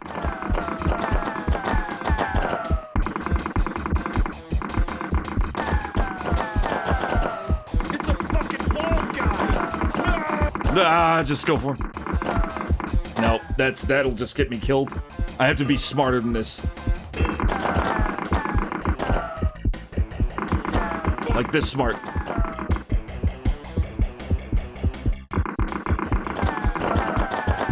Come on, you bastard. There you go.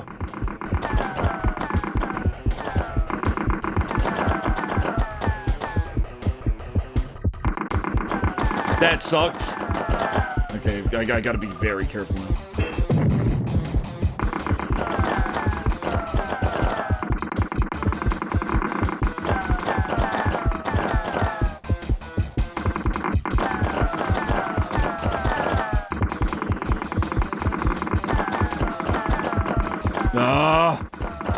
How much health?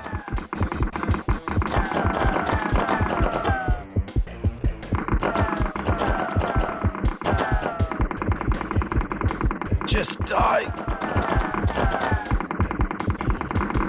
It's over. Oh! No! No! Fuck off, game! Fuck off with that trash! Oh my god! Every single fucking time it's down to the wire like that, that bullshit happens. Every single time. That was shit. GBJs. That every single time. Without fucking fail. Oh my god, I hit start. I made the cardinal sin of hitting start to fucking lock in a fucking password. Every single time I have beaten this game.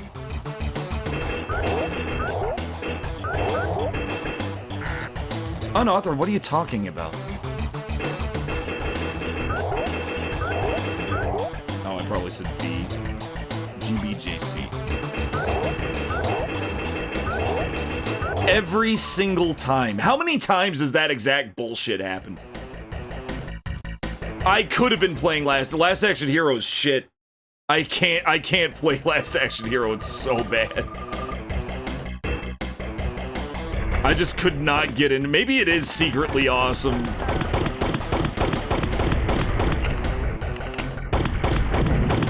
I don't see it being as awesome as this.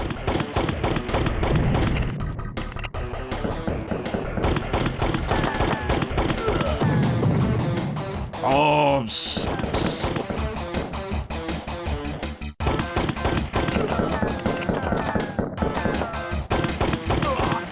mad. I'm just gonna Terminator their asses.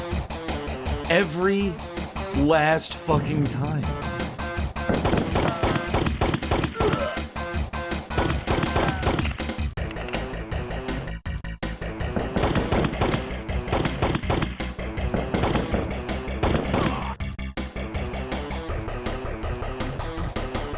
Shoot this guy?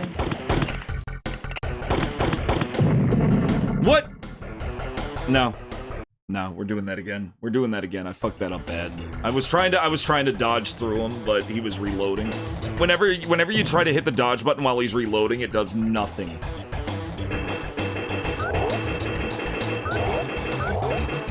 What is it? Beast? DG... No, GBJC.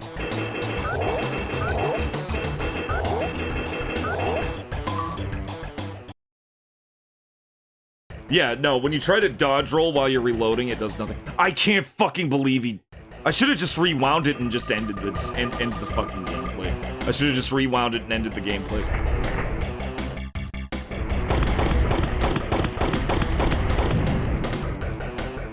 But then I wouldn't have truly beaten it. Like, even fucking Dark Souls just gives the win to the tie these days. Because it's bullshit. But if you beat him, you beat him.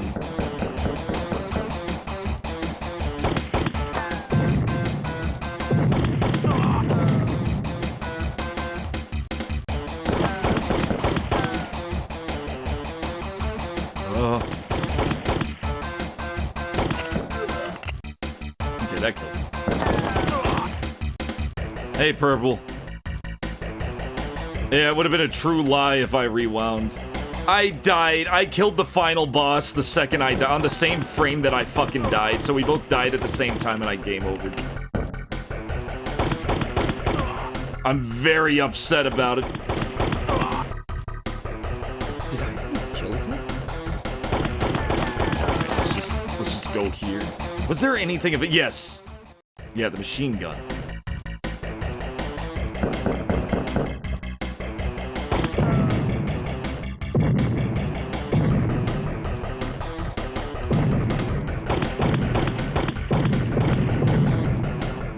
I love grenade spam. We're just leaving. We're just leaving. Yeah, we'll just leave here.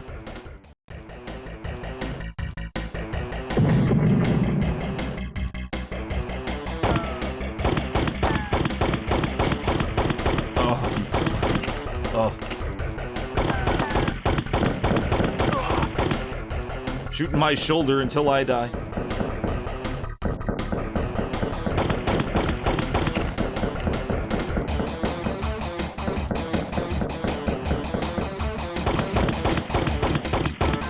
Good.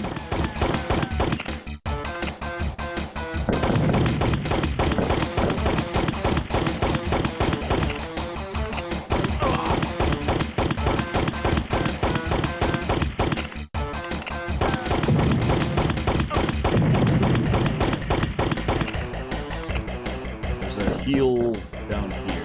Oh, yeah, that's right. We gotta go down this way. We gotta go down this way, and I don't think there's any opposition here. It would be a true lie if I rewound. You're right. You're right.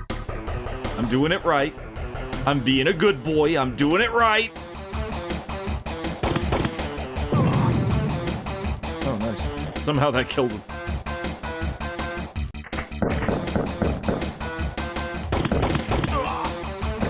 Oh. If only I just... Oh... Like, you want to just drain your lives and just be done with it, but you can't.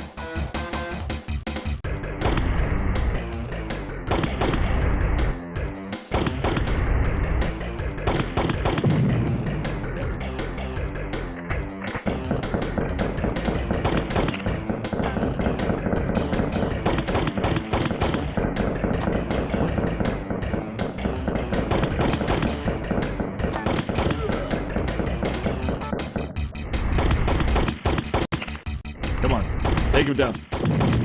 No deal.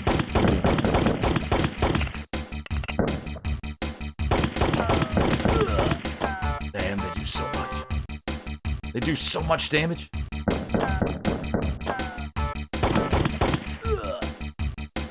Extra long.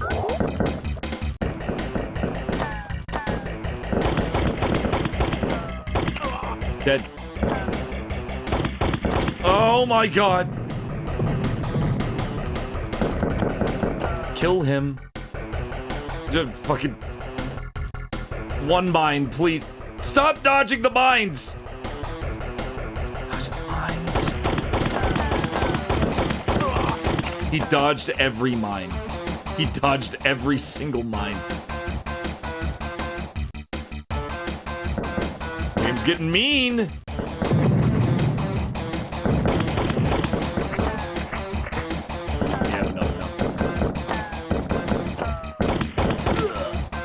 Oof. Oh, wait.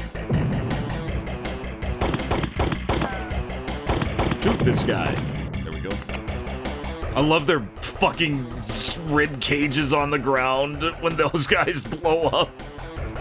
Some of the violence of this is just, it's just like, this game is literally far more violent than the actual True Lies.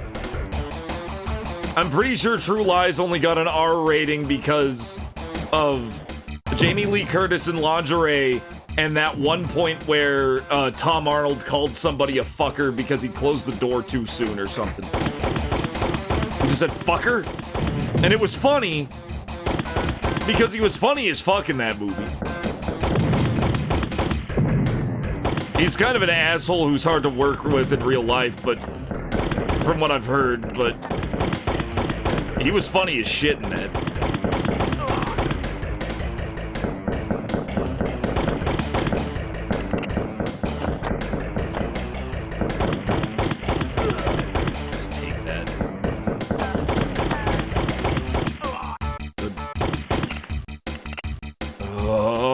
I think there's health here. There sure is.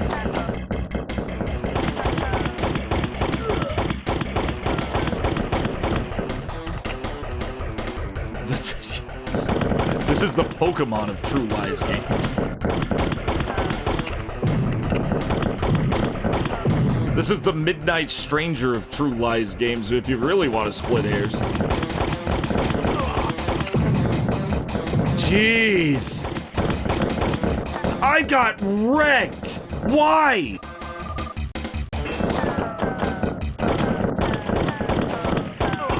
Why did that wreck my shit? I guess I didn't. I guess I didn't fucking I didn't rotate enough. I fucked up on the rotation, I guess.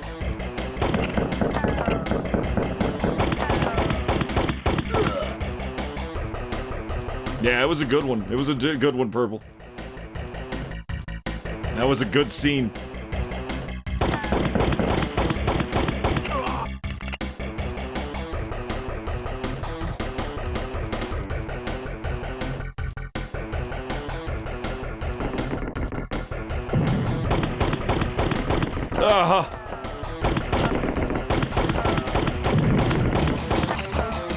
No, I'm not feeling this one. I'm not feeling it.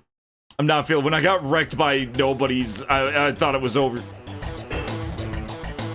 We need to be at the absolute peak of perfection. ZJD.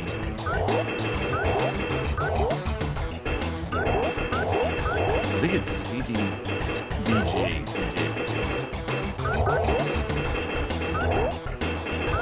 Right? No. GBJC. ZJD. And then it's what? GBJC. That's so hard to remember. It's just such an incompatible combination of letters.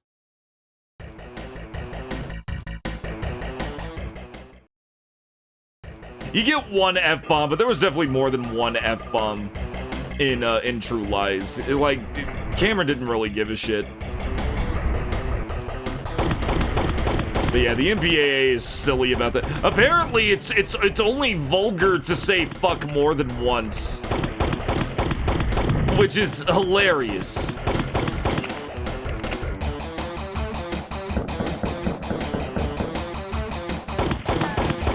Like, when you think about that rule, when you think about any real censorship rule of any kind, it's very silly as shit.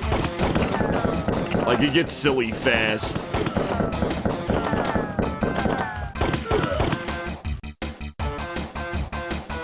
Like, especially when it comes to, like, MPAA rules. I'm not even sure what they I'm not even sure if one F-bomb is too much these days.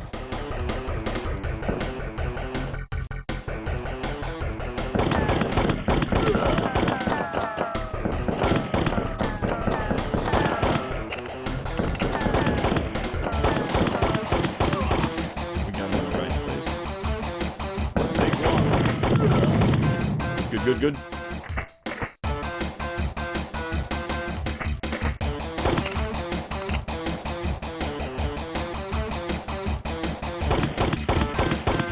Come on. What's this guy here?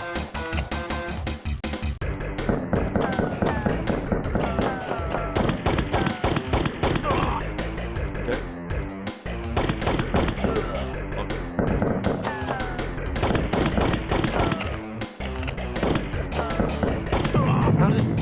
Okay. Alright, sure. This is the guy we really want running into that.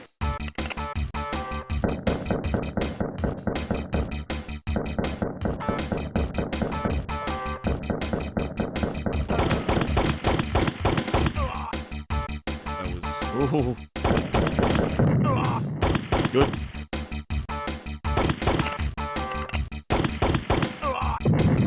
Good.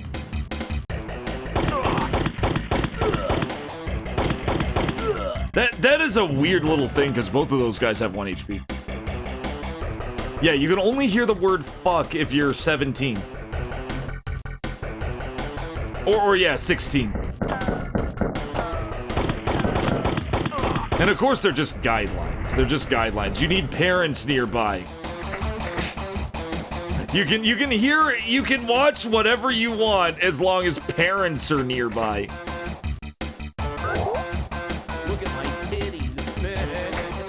You can look at, like, the acceptable amount of MPAA approved titties as long as your parents are there.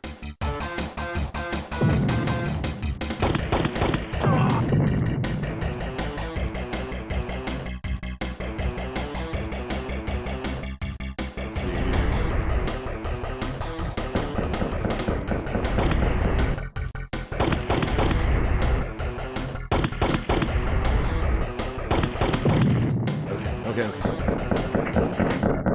Okie dokie.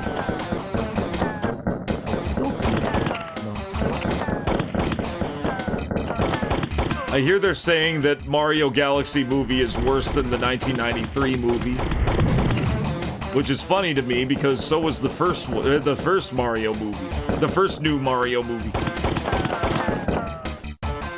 But I like the 93 movie. Even as a kid, I liked it. I don't think it's one of the worst movies ever made at all. I think that's a huge over-dramatification. Is that a word? Over-dramatification? Either way, I think it gets undeserved hate.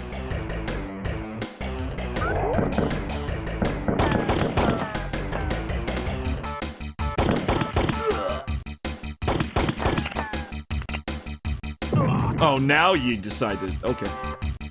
Now it just goes smooth.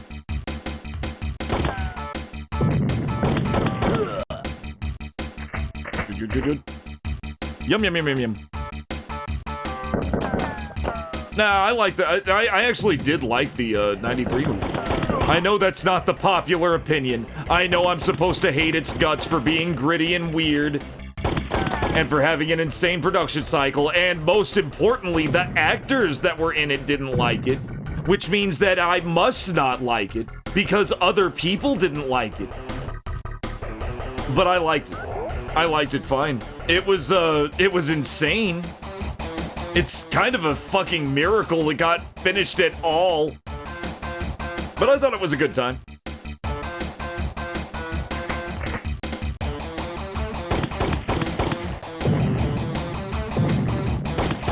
In fact, it was kind of one of those weird things where, like, everybody I knew also liked it. Nobody shit on it.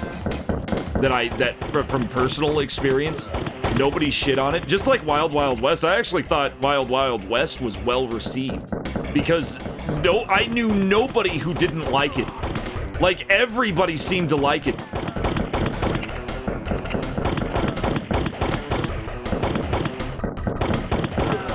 Fuck. Really did a number. Yeah, the worst kind of movie is the movie that makes you feel nothing. I was looking at critical reviews of Mario Galaxy movie, and they were saying shit like, you know what, AI probably isn't that bad. You know, like, as long as it's not this. Somebody compared it to an Elder God. Somebody straight up compared it to a fucking Elder God. But the only advantage the Elder Gods had was that in their void, there was intelligence. I was like, Jesus Christ. I was seeing way more scathing reviews for new Mario movie than fucking Mario 93.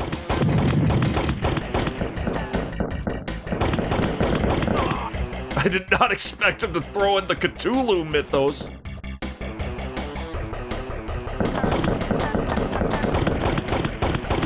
How was it? Did anybody see it? Oh shit. Oh shit, did I not get the...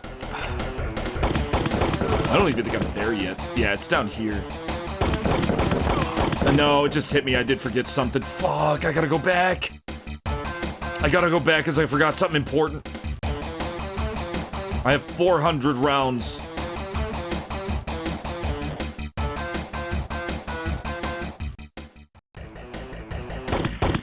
Selma Hayek, she wasn't in the 93 Mario. Was she in any of the others? I didn't. I stopped watching the Mario, the new Mario movie. The second Kill Bill music started playing. I was like, we're really going back to that. We're really going back to playing the Kill Bill music. Is it 2008 again? What the hell happened? Bam, bam, bam. The second I heard that, I turned it off. I just immediately started watching something else.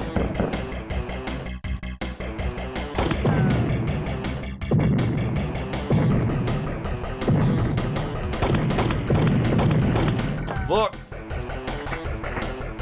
Oh god, I may actually need to kill this Arnold. Maybe I can.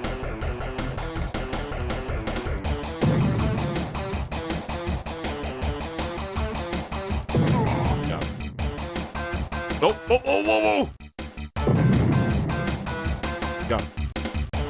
I just need this.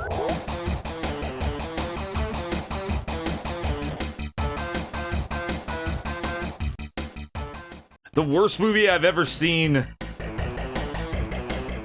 Oh, man. That's a question. I think I know what it is, and I think it's Silent Hill related. I'm torn between Return to Silent Hill and Silent Hill Revelation 3D for worst movie I've ever seen.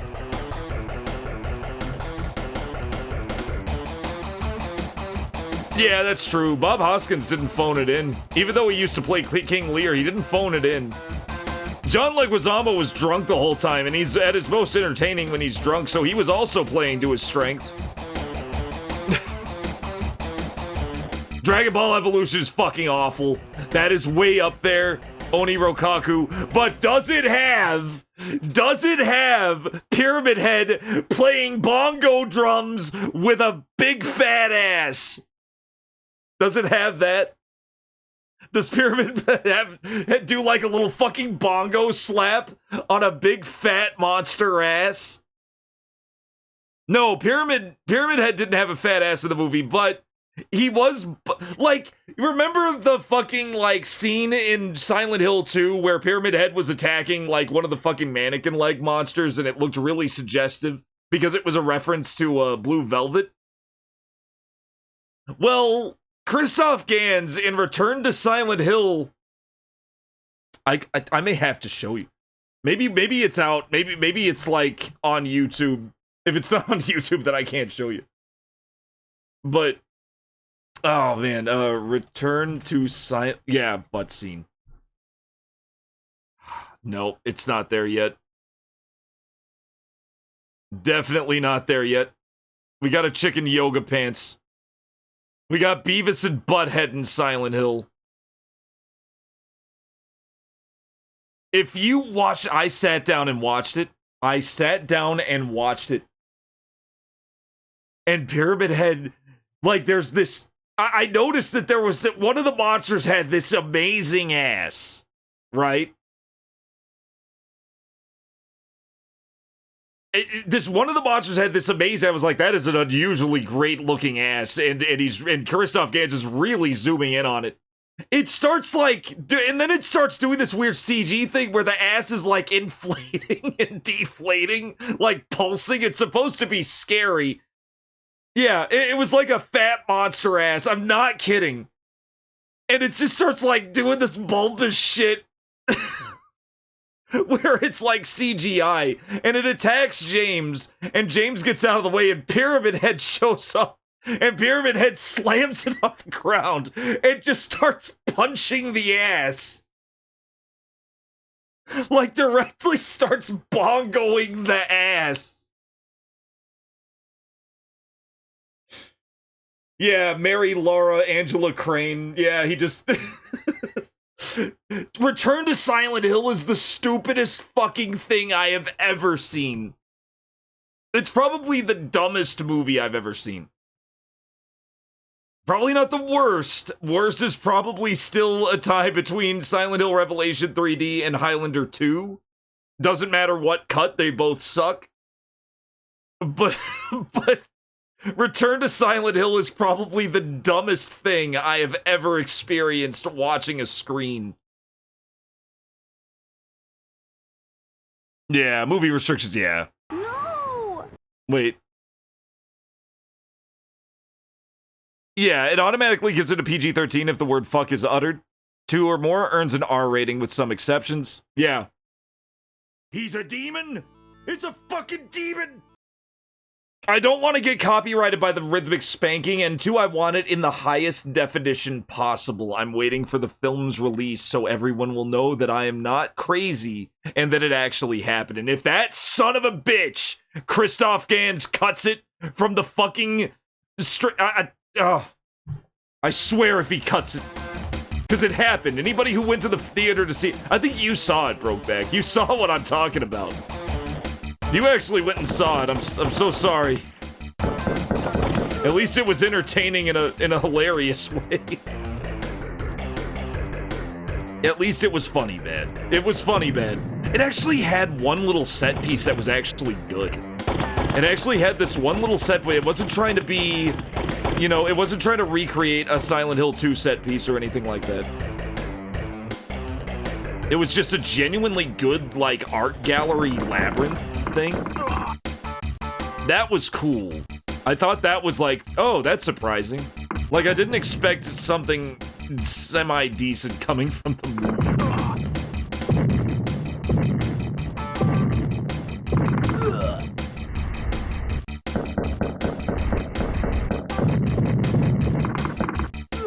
Yeah.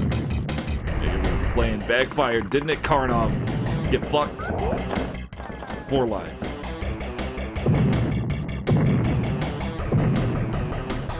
Little master plan. Did you see Karnov's little master plan just completely backfire? Literal fire.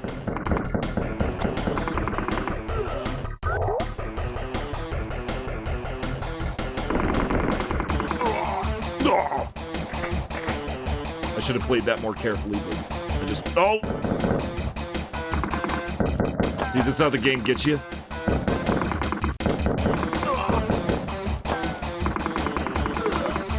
This is how the game gets you. You stop being patient, and then you get sloppy. And when you get sloppy, you're kind of fucked. You can't get sloppy. The moral is, don't get sloppy.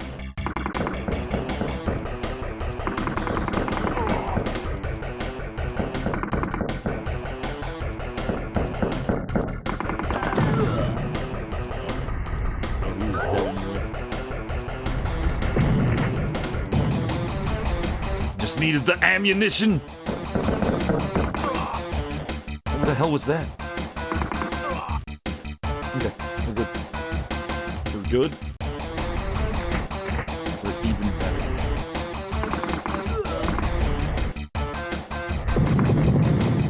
Karnov. Karnov, you fool!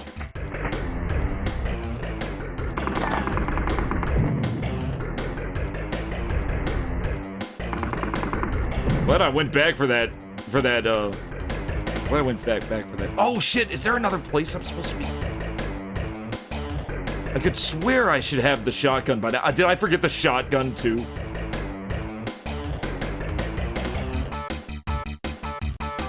I think I forgot shotgun too, guys. I'm forgetting everything. This is gonna be the one because I'm forgetting everything.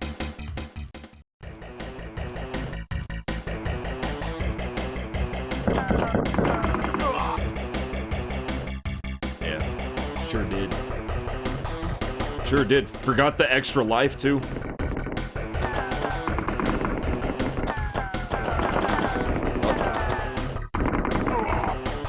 He was dead.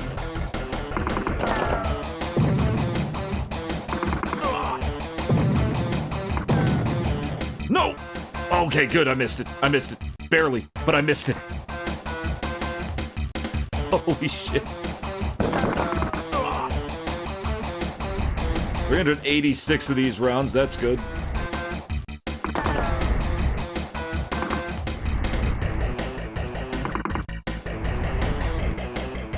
Just patience. They'll die eventually.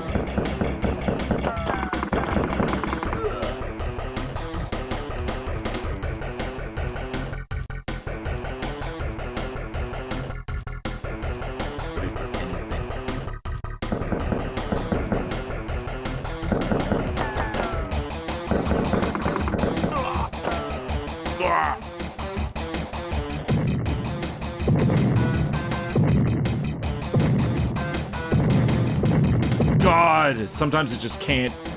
The explosion cannot come soon enough.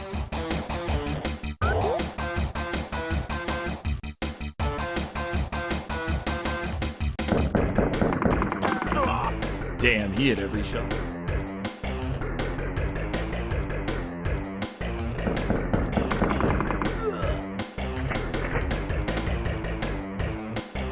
What are we up to now? We're up to 5 lives. Does it is an iframe roll. It can give you iframes, and rolling around really fast can help. But they're pretty unreliable. They're kind of hard to detect. I haven't really... Oh, fuck. Go this way. We still haven't got the shotgun yet, so we have to go back. But I can at least get my health. Like, it definitely does work, and it can also save you from explosions. I have saved myself from explosions before.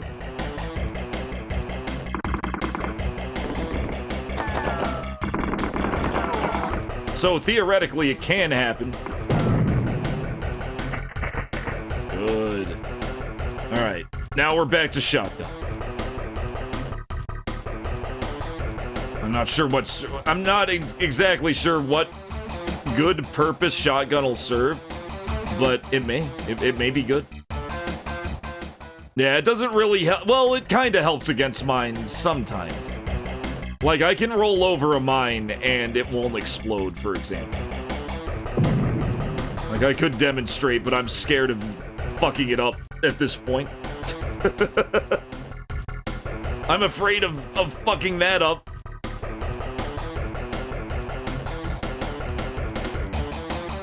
I feel I have done enough fucking up for one stream.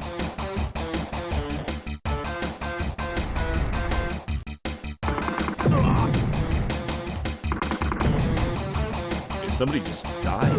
Oh, yeah, they're all just dying. Everyone's dying.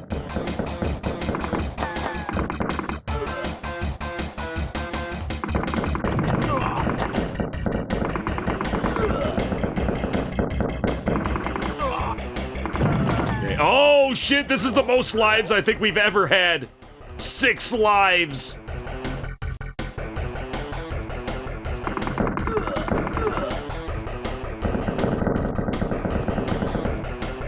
Cannot get complacent though. You're kidding me. You're...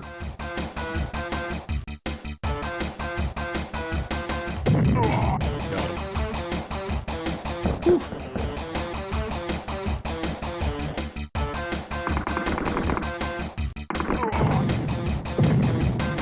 Good. Good. We got thin walls, so we gotta be careful. Also gotta worry about bullets that are behind the terrain.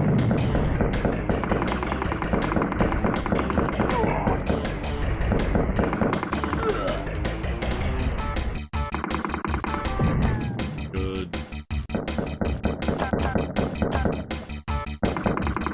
Okay, we're doing exceptionally well right now. I'm feeling very good about myself. Okay, this guy can go. Hopefully we got him. Got him. Your ass can go too. Or not. You get to live today.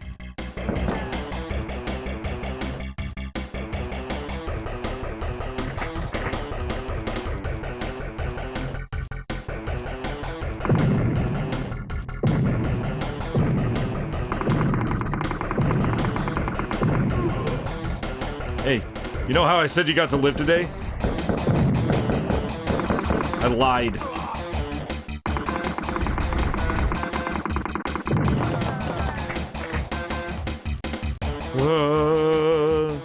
Just tippy toe. I lied. I lied. Oh, shit. I love the way he said it. It sounded like the fucking Grim Reaper. He just sounded so... He sounded so dead certain.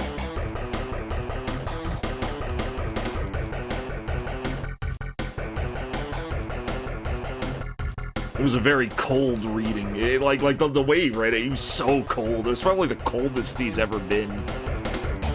Commando is beyond god tier. I'm amazed there aren't like a million Commando video games, an entire Commando franchise of video games. There should be. There should be an entire Commando video game franchise. I would love to see Beam Software do about 8 Commando games with this engine.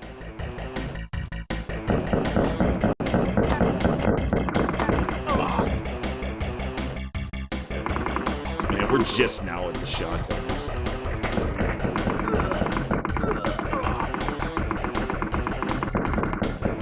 Really?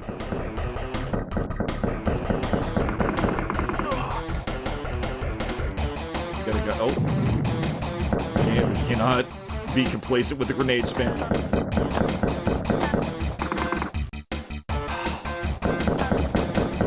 He's definitely one shot. Yep.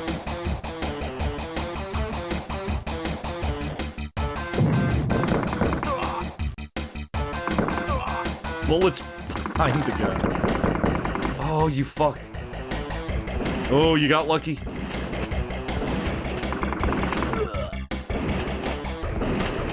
Shotgunner going crazy upstairs.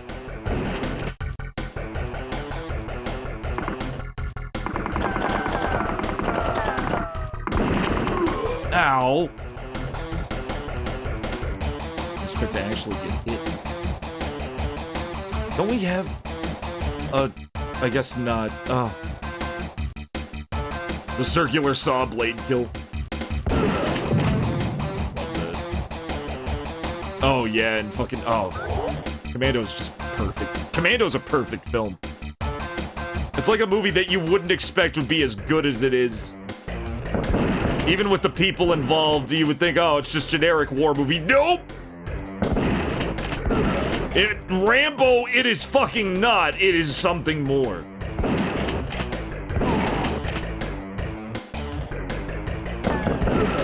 Medkit moonwalk.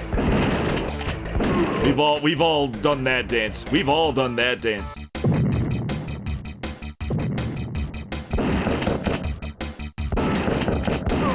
I hate the little delay. There's a little delay with the shotgun.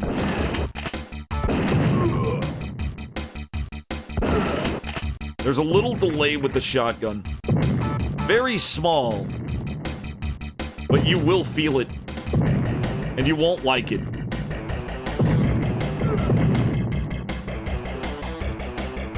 I'm just trying to get my... Can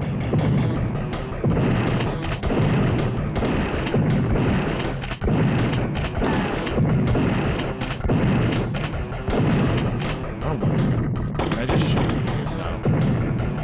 Shotgun it is.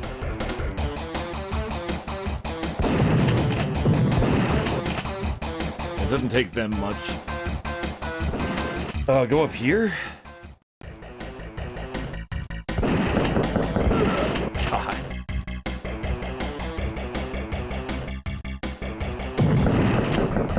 Jesus.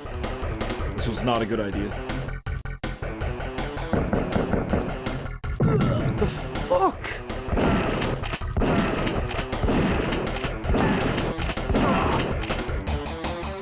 I really need help. Really need it? There it is.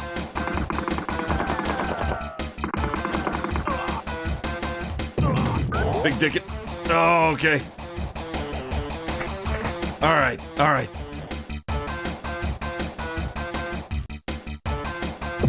Oh, shit. Yeah, if you're really careful, you can trip these mines. Without actually tripping. Without actually hurting yourself. Oh, I forgot about this. I forgot about that. That's a very good thing to have.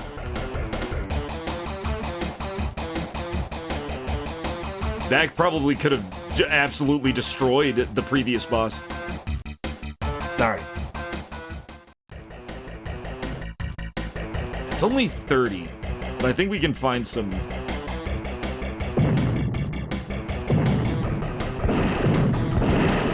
With a little bit of luck, we'll be able to find some, view.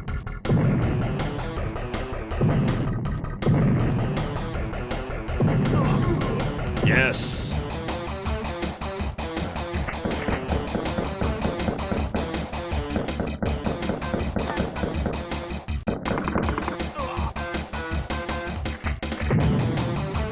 Okay if we die because we have 6 lives. We're doing really good.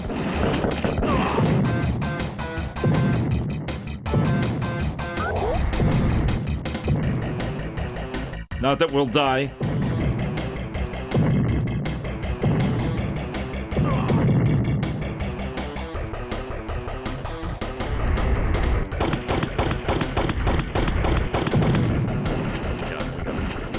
Good.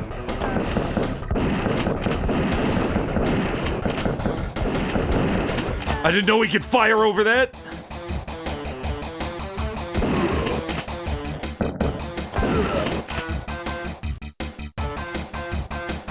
Oh.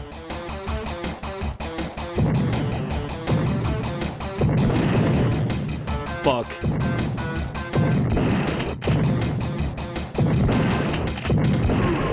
Got him. Now, if I remember right, there is a health here, and it is a death trap.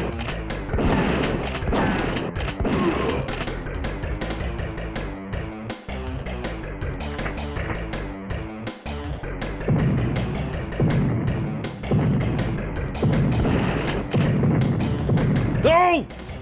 Oh, I knew it.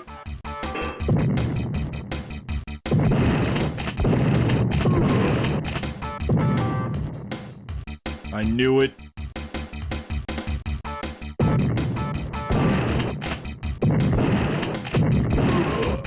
I knew it. Ugh. Garbage.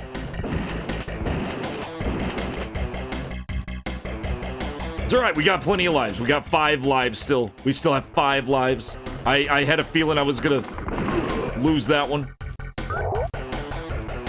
Yeah, nice assist, buddy. Yeah, I do like accidentally getting the, Shit, he was in rain? I didn't know he was in rain. Alright, I think this is it. I think this is it. It is.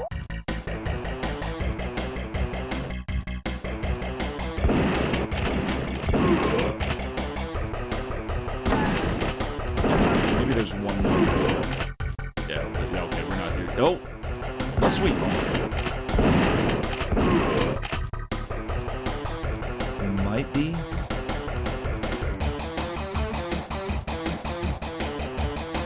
Yeah, he's right behind this. He's right behind this. All right, so the plan is...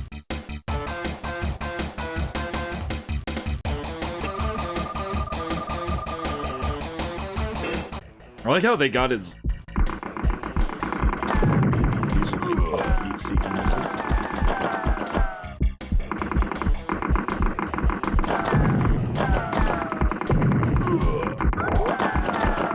All right.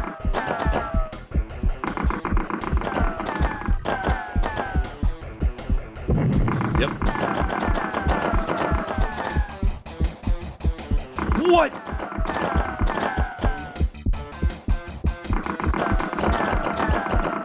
Fucking hell. Oh, I died. All right.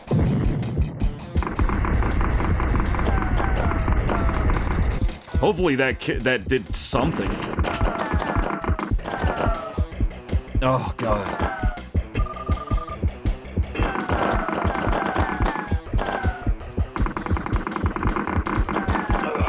Got him. Got him. Oh, was that it? Oh, wait. It's isometric now. Oh. Do I have to do anything? I don't think so. Nope, we saved her. Oh! Oh! It's all cinema. This is sick!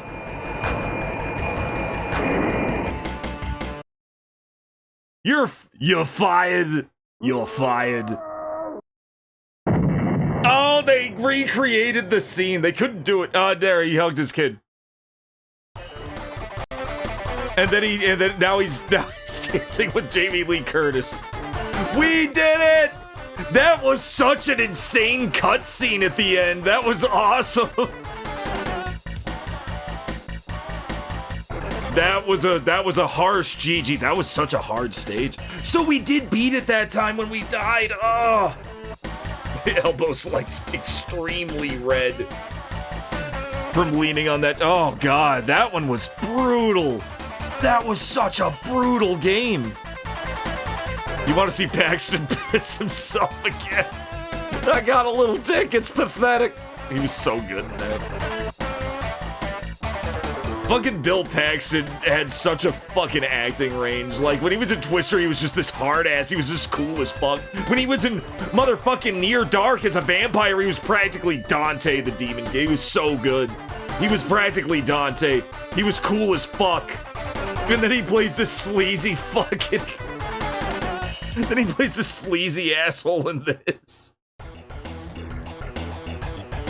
True Lies, guys. That was True Lies. That was an incredible ending sequence. I can't believe they did the fucking plane stunt. And it was cool that there was a shmup section, even if there was only one. Oh, he was awesome in Aliens, where he was just the fucking he was the dude freaking the fuck out the whole time. Game over, man. Game over. Do I have that? I know Rig has that. Was it Game Over 2? Game Over 3. Game Over 4. How many Game Overs do I have? Okay, that was Bison. Okay, there's no Game Over 5. Oh, wait, what if it's... There it is. Game over! This is an incredible game. True Lies was awesome. It's an easy... God, do I want to give it a 9 or a 10? It's that good. It was that good.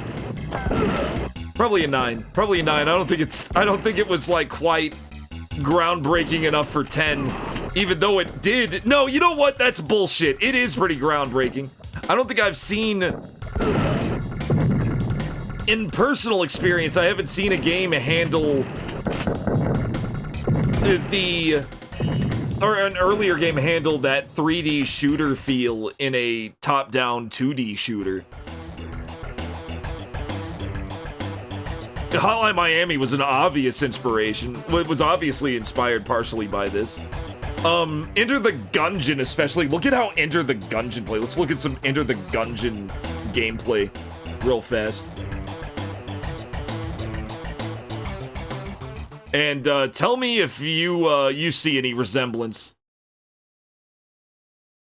Tell me if you see any resemblance to what we just watched. Let's throw in some. Let's get into a fight. No, I don't care about your tutorials. Oh, is this all? Oh, that's all it is because his gameplay is fucking 10 minutes. Okay, full walkthrough. Here we go.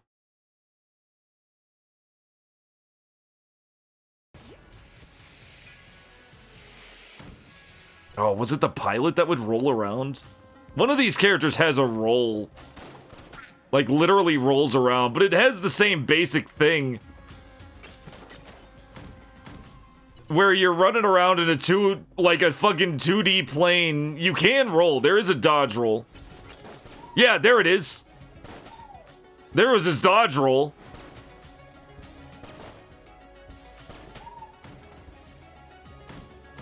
And he's playing like a souped up version, so this isn't even like what the fucking like when you're playing the raw game for the first time, it doesn't look like this at all. But yeah, it has that same basic, it's that same basic formula. Hotline Miami feels a little different. It does feel different.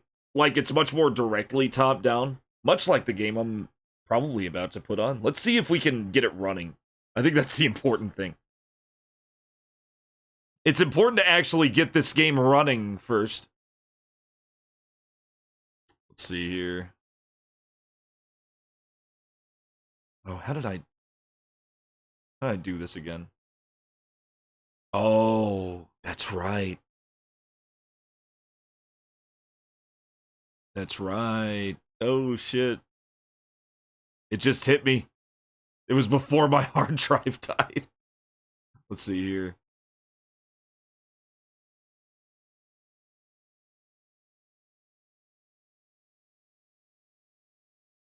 Maybe I have it. If I have it, great. If I don't have it, I can get it. It's definitely not Ultima Exodus. It's definitely not Dark Seraphim. Yeah, I'm gonna have to like get it working. I'm gonna have to get it working. Until then,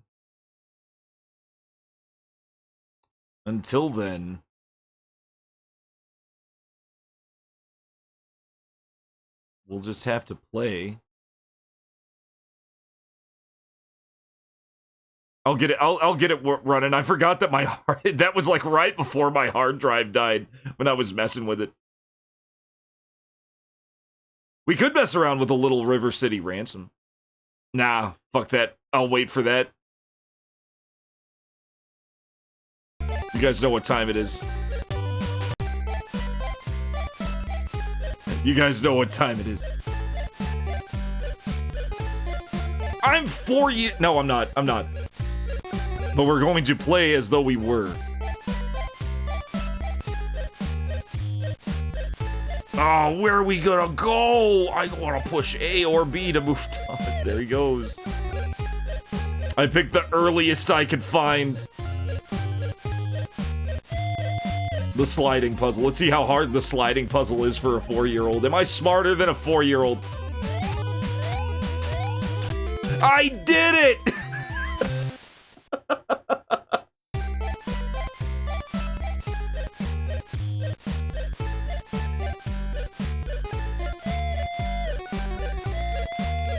This is Thomas the Tank Engine and Friends, a prototype for the NES. Can I set the switches? Can I set the switch? I did.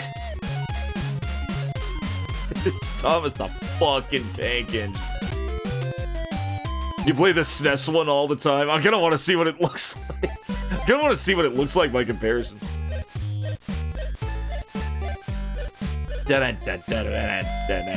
Apparently it was gonna be on NES in the Prototype League. The Jigsaw puzzle. Can I do the puzzle? Oh shit.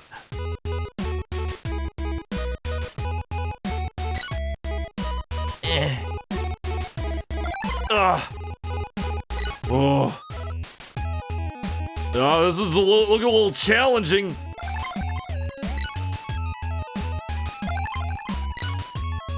What if I get this wrong? What if I fucking up something with that face?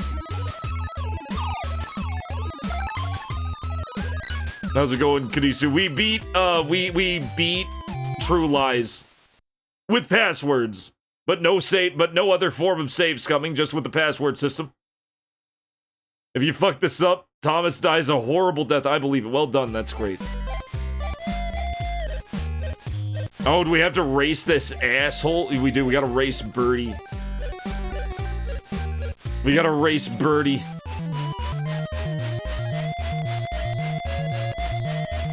Tap it. Just tap it. Fuck you, Birdie! Fuck you!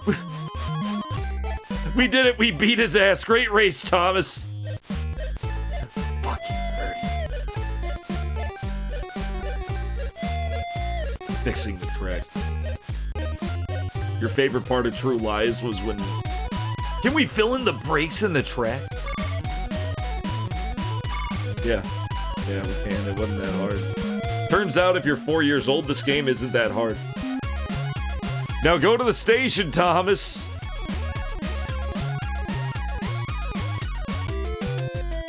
Well done, that's great. Shut up, Top and Hat. Get fucked. We gotta race him again. Let's race James. We gotta race James now. We gotta race the James the Joke. Eat it, James. Eat it! I'm faster! Great race. Let's travel with Thomas. This is our big ending. We get... Oh! Thomas saves the day! Thomas saves the day. And Topham Hatt showed up to say hi to Thomas. Thomas was not fond of Topham Hatt, but he tolerated him because Topham Hatt signed his checks. You have an important job as a special helper in the yard. Oh, fucking do I, Topham Hatt, said Thomas. And before Topham Hatt could speak up, he raced off. What else is happening? James also did shit. Also, if James is off the line, get the breakdown train quickly. Thomas was coupled on and off they went. Oh no, what train is that? Thomas worked his hardest. Oh no! James got fucked up! James sat struggling in a pool of his own blood and viscera. Thomas pushed the breakdown train alongside. He pulled the freight cars out of the way. Oh dear, they groaned. Serves you right, puffed Thomas. Thomas said, that was kind of fucked up, Thomas. Thomas, you're a really useful engine, said Sir Topham Hatt. This is way better than the SNES one. Is it really? I'm curious about the SNES one. You shall have your own branch line. Thank you, sir, said Thomas. Now Thomas is as happy as could be. He has a branch line and 2 coaches called Aunt... Oh, damn. He got him a couple of coaches. Thomas is rolling in coaches, guys. He bumps proudly backwards. I'll bet he does. And forwards with them all day. There's no way. There's no way. There's no way that was an accident. Yeah, he has a branch line and 2 coaches called Annie and Clarabelle. He bumps proudly backwards and forwards with them all day. Oh, proudly backwards and forwards. He puffs proudly backwards and forwards with them all day. He's puffing on them in a rhythmic back and forth motion. Why is Thomas a really useful engine? Why is Thomas useful, guys? I'm gonna go L. Thank you for the 100 bits. Koja Kagatoft has given him 100 bits in not dollars. Krisu Kagato. Oh no, the chair. Where's the late, great George Carlin when you need him? Didn't he get replaced by Ringo Starr for a while? And then Alec Baldwin played it. That was... Why do I know this shit?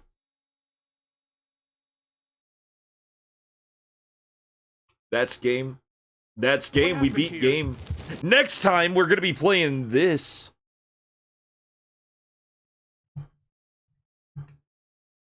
Wait, what was it called?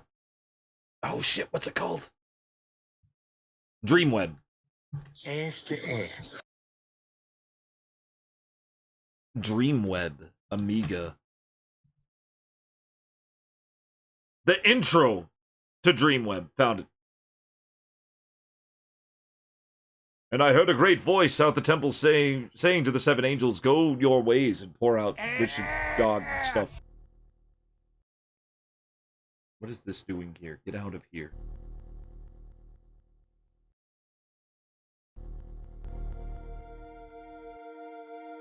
There we go.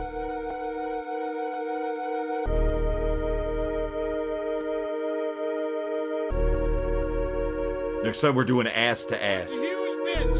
I can't believe he was puffing in a backward and forward motion with 2 coaches named Clara and Annabelle. I didn't realize Thomas was such a tank engine. That one was a hard-earned victory. I'm feeling it. For centuries, the Dreamweb has been stable, but now evil is about to take control. Just pump those pistons. Keepers, the web of dreams is slowly unwinding. The 7 evil powers on Earth are joining forces. If they become too strong, the Dreamweb will be destroyed. Who will be the deliverer? When will it be? We must not let the web be broken. Silence! The Chosen Ones are becoming aware! If they discover their powers, they will become too strong. Has the seed been planted? Yes, it has grown strong, and he is stirring. The time has come, and I shall awaken him.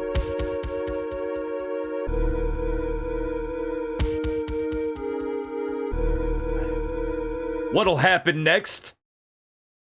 What could happen next? You're just gonna have to find out. Next time.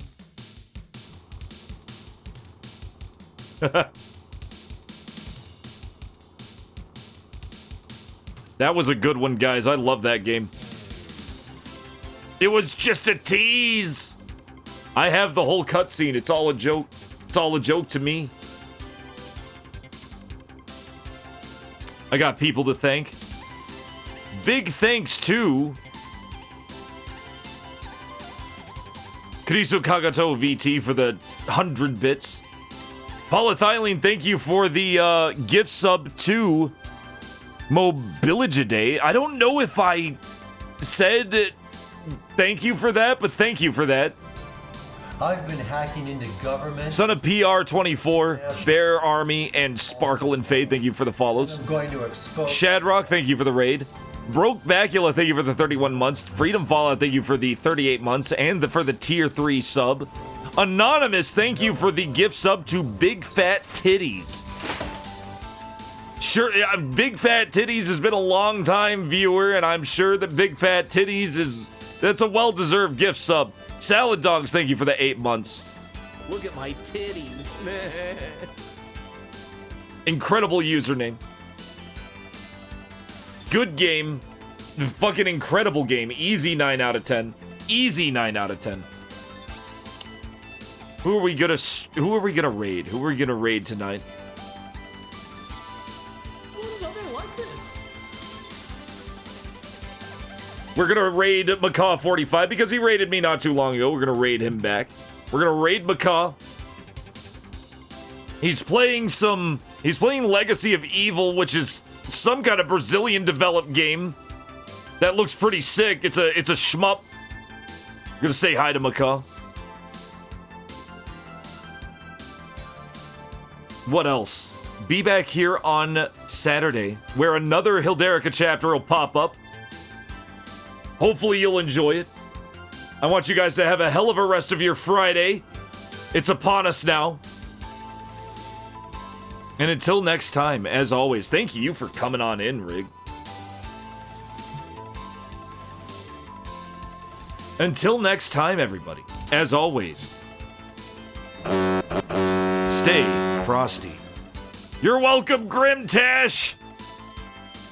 The mic's not muted. So you're welcome, Grimtash.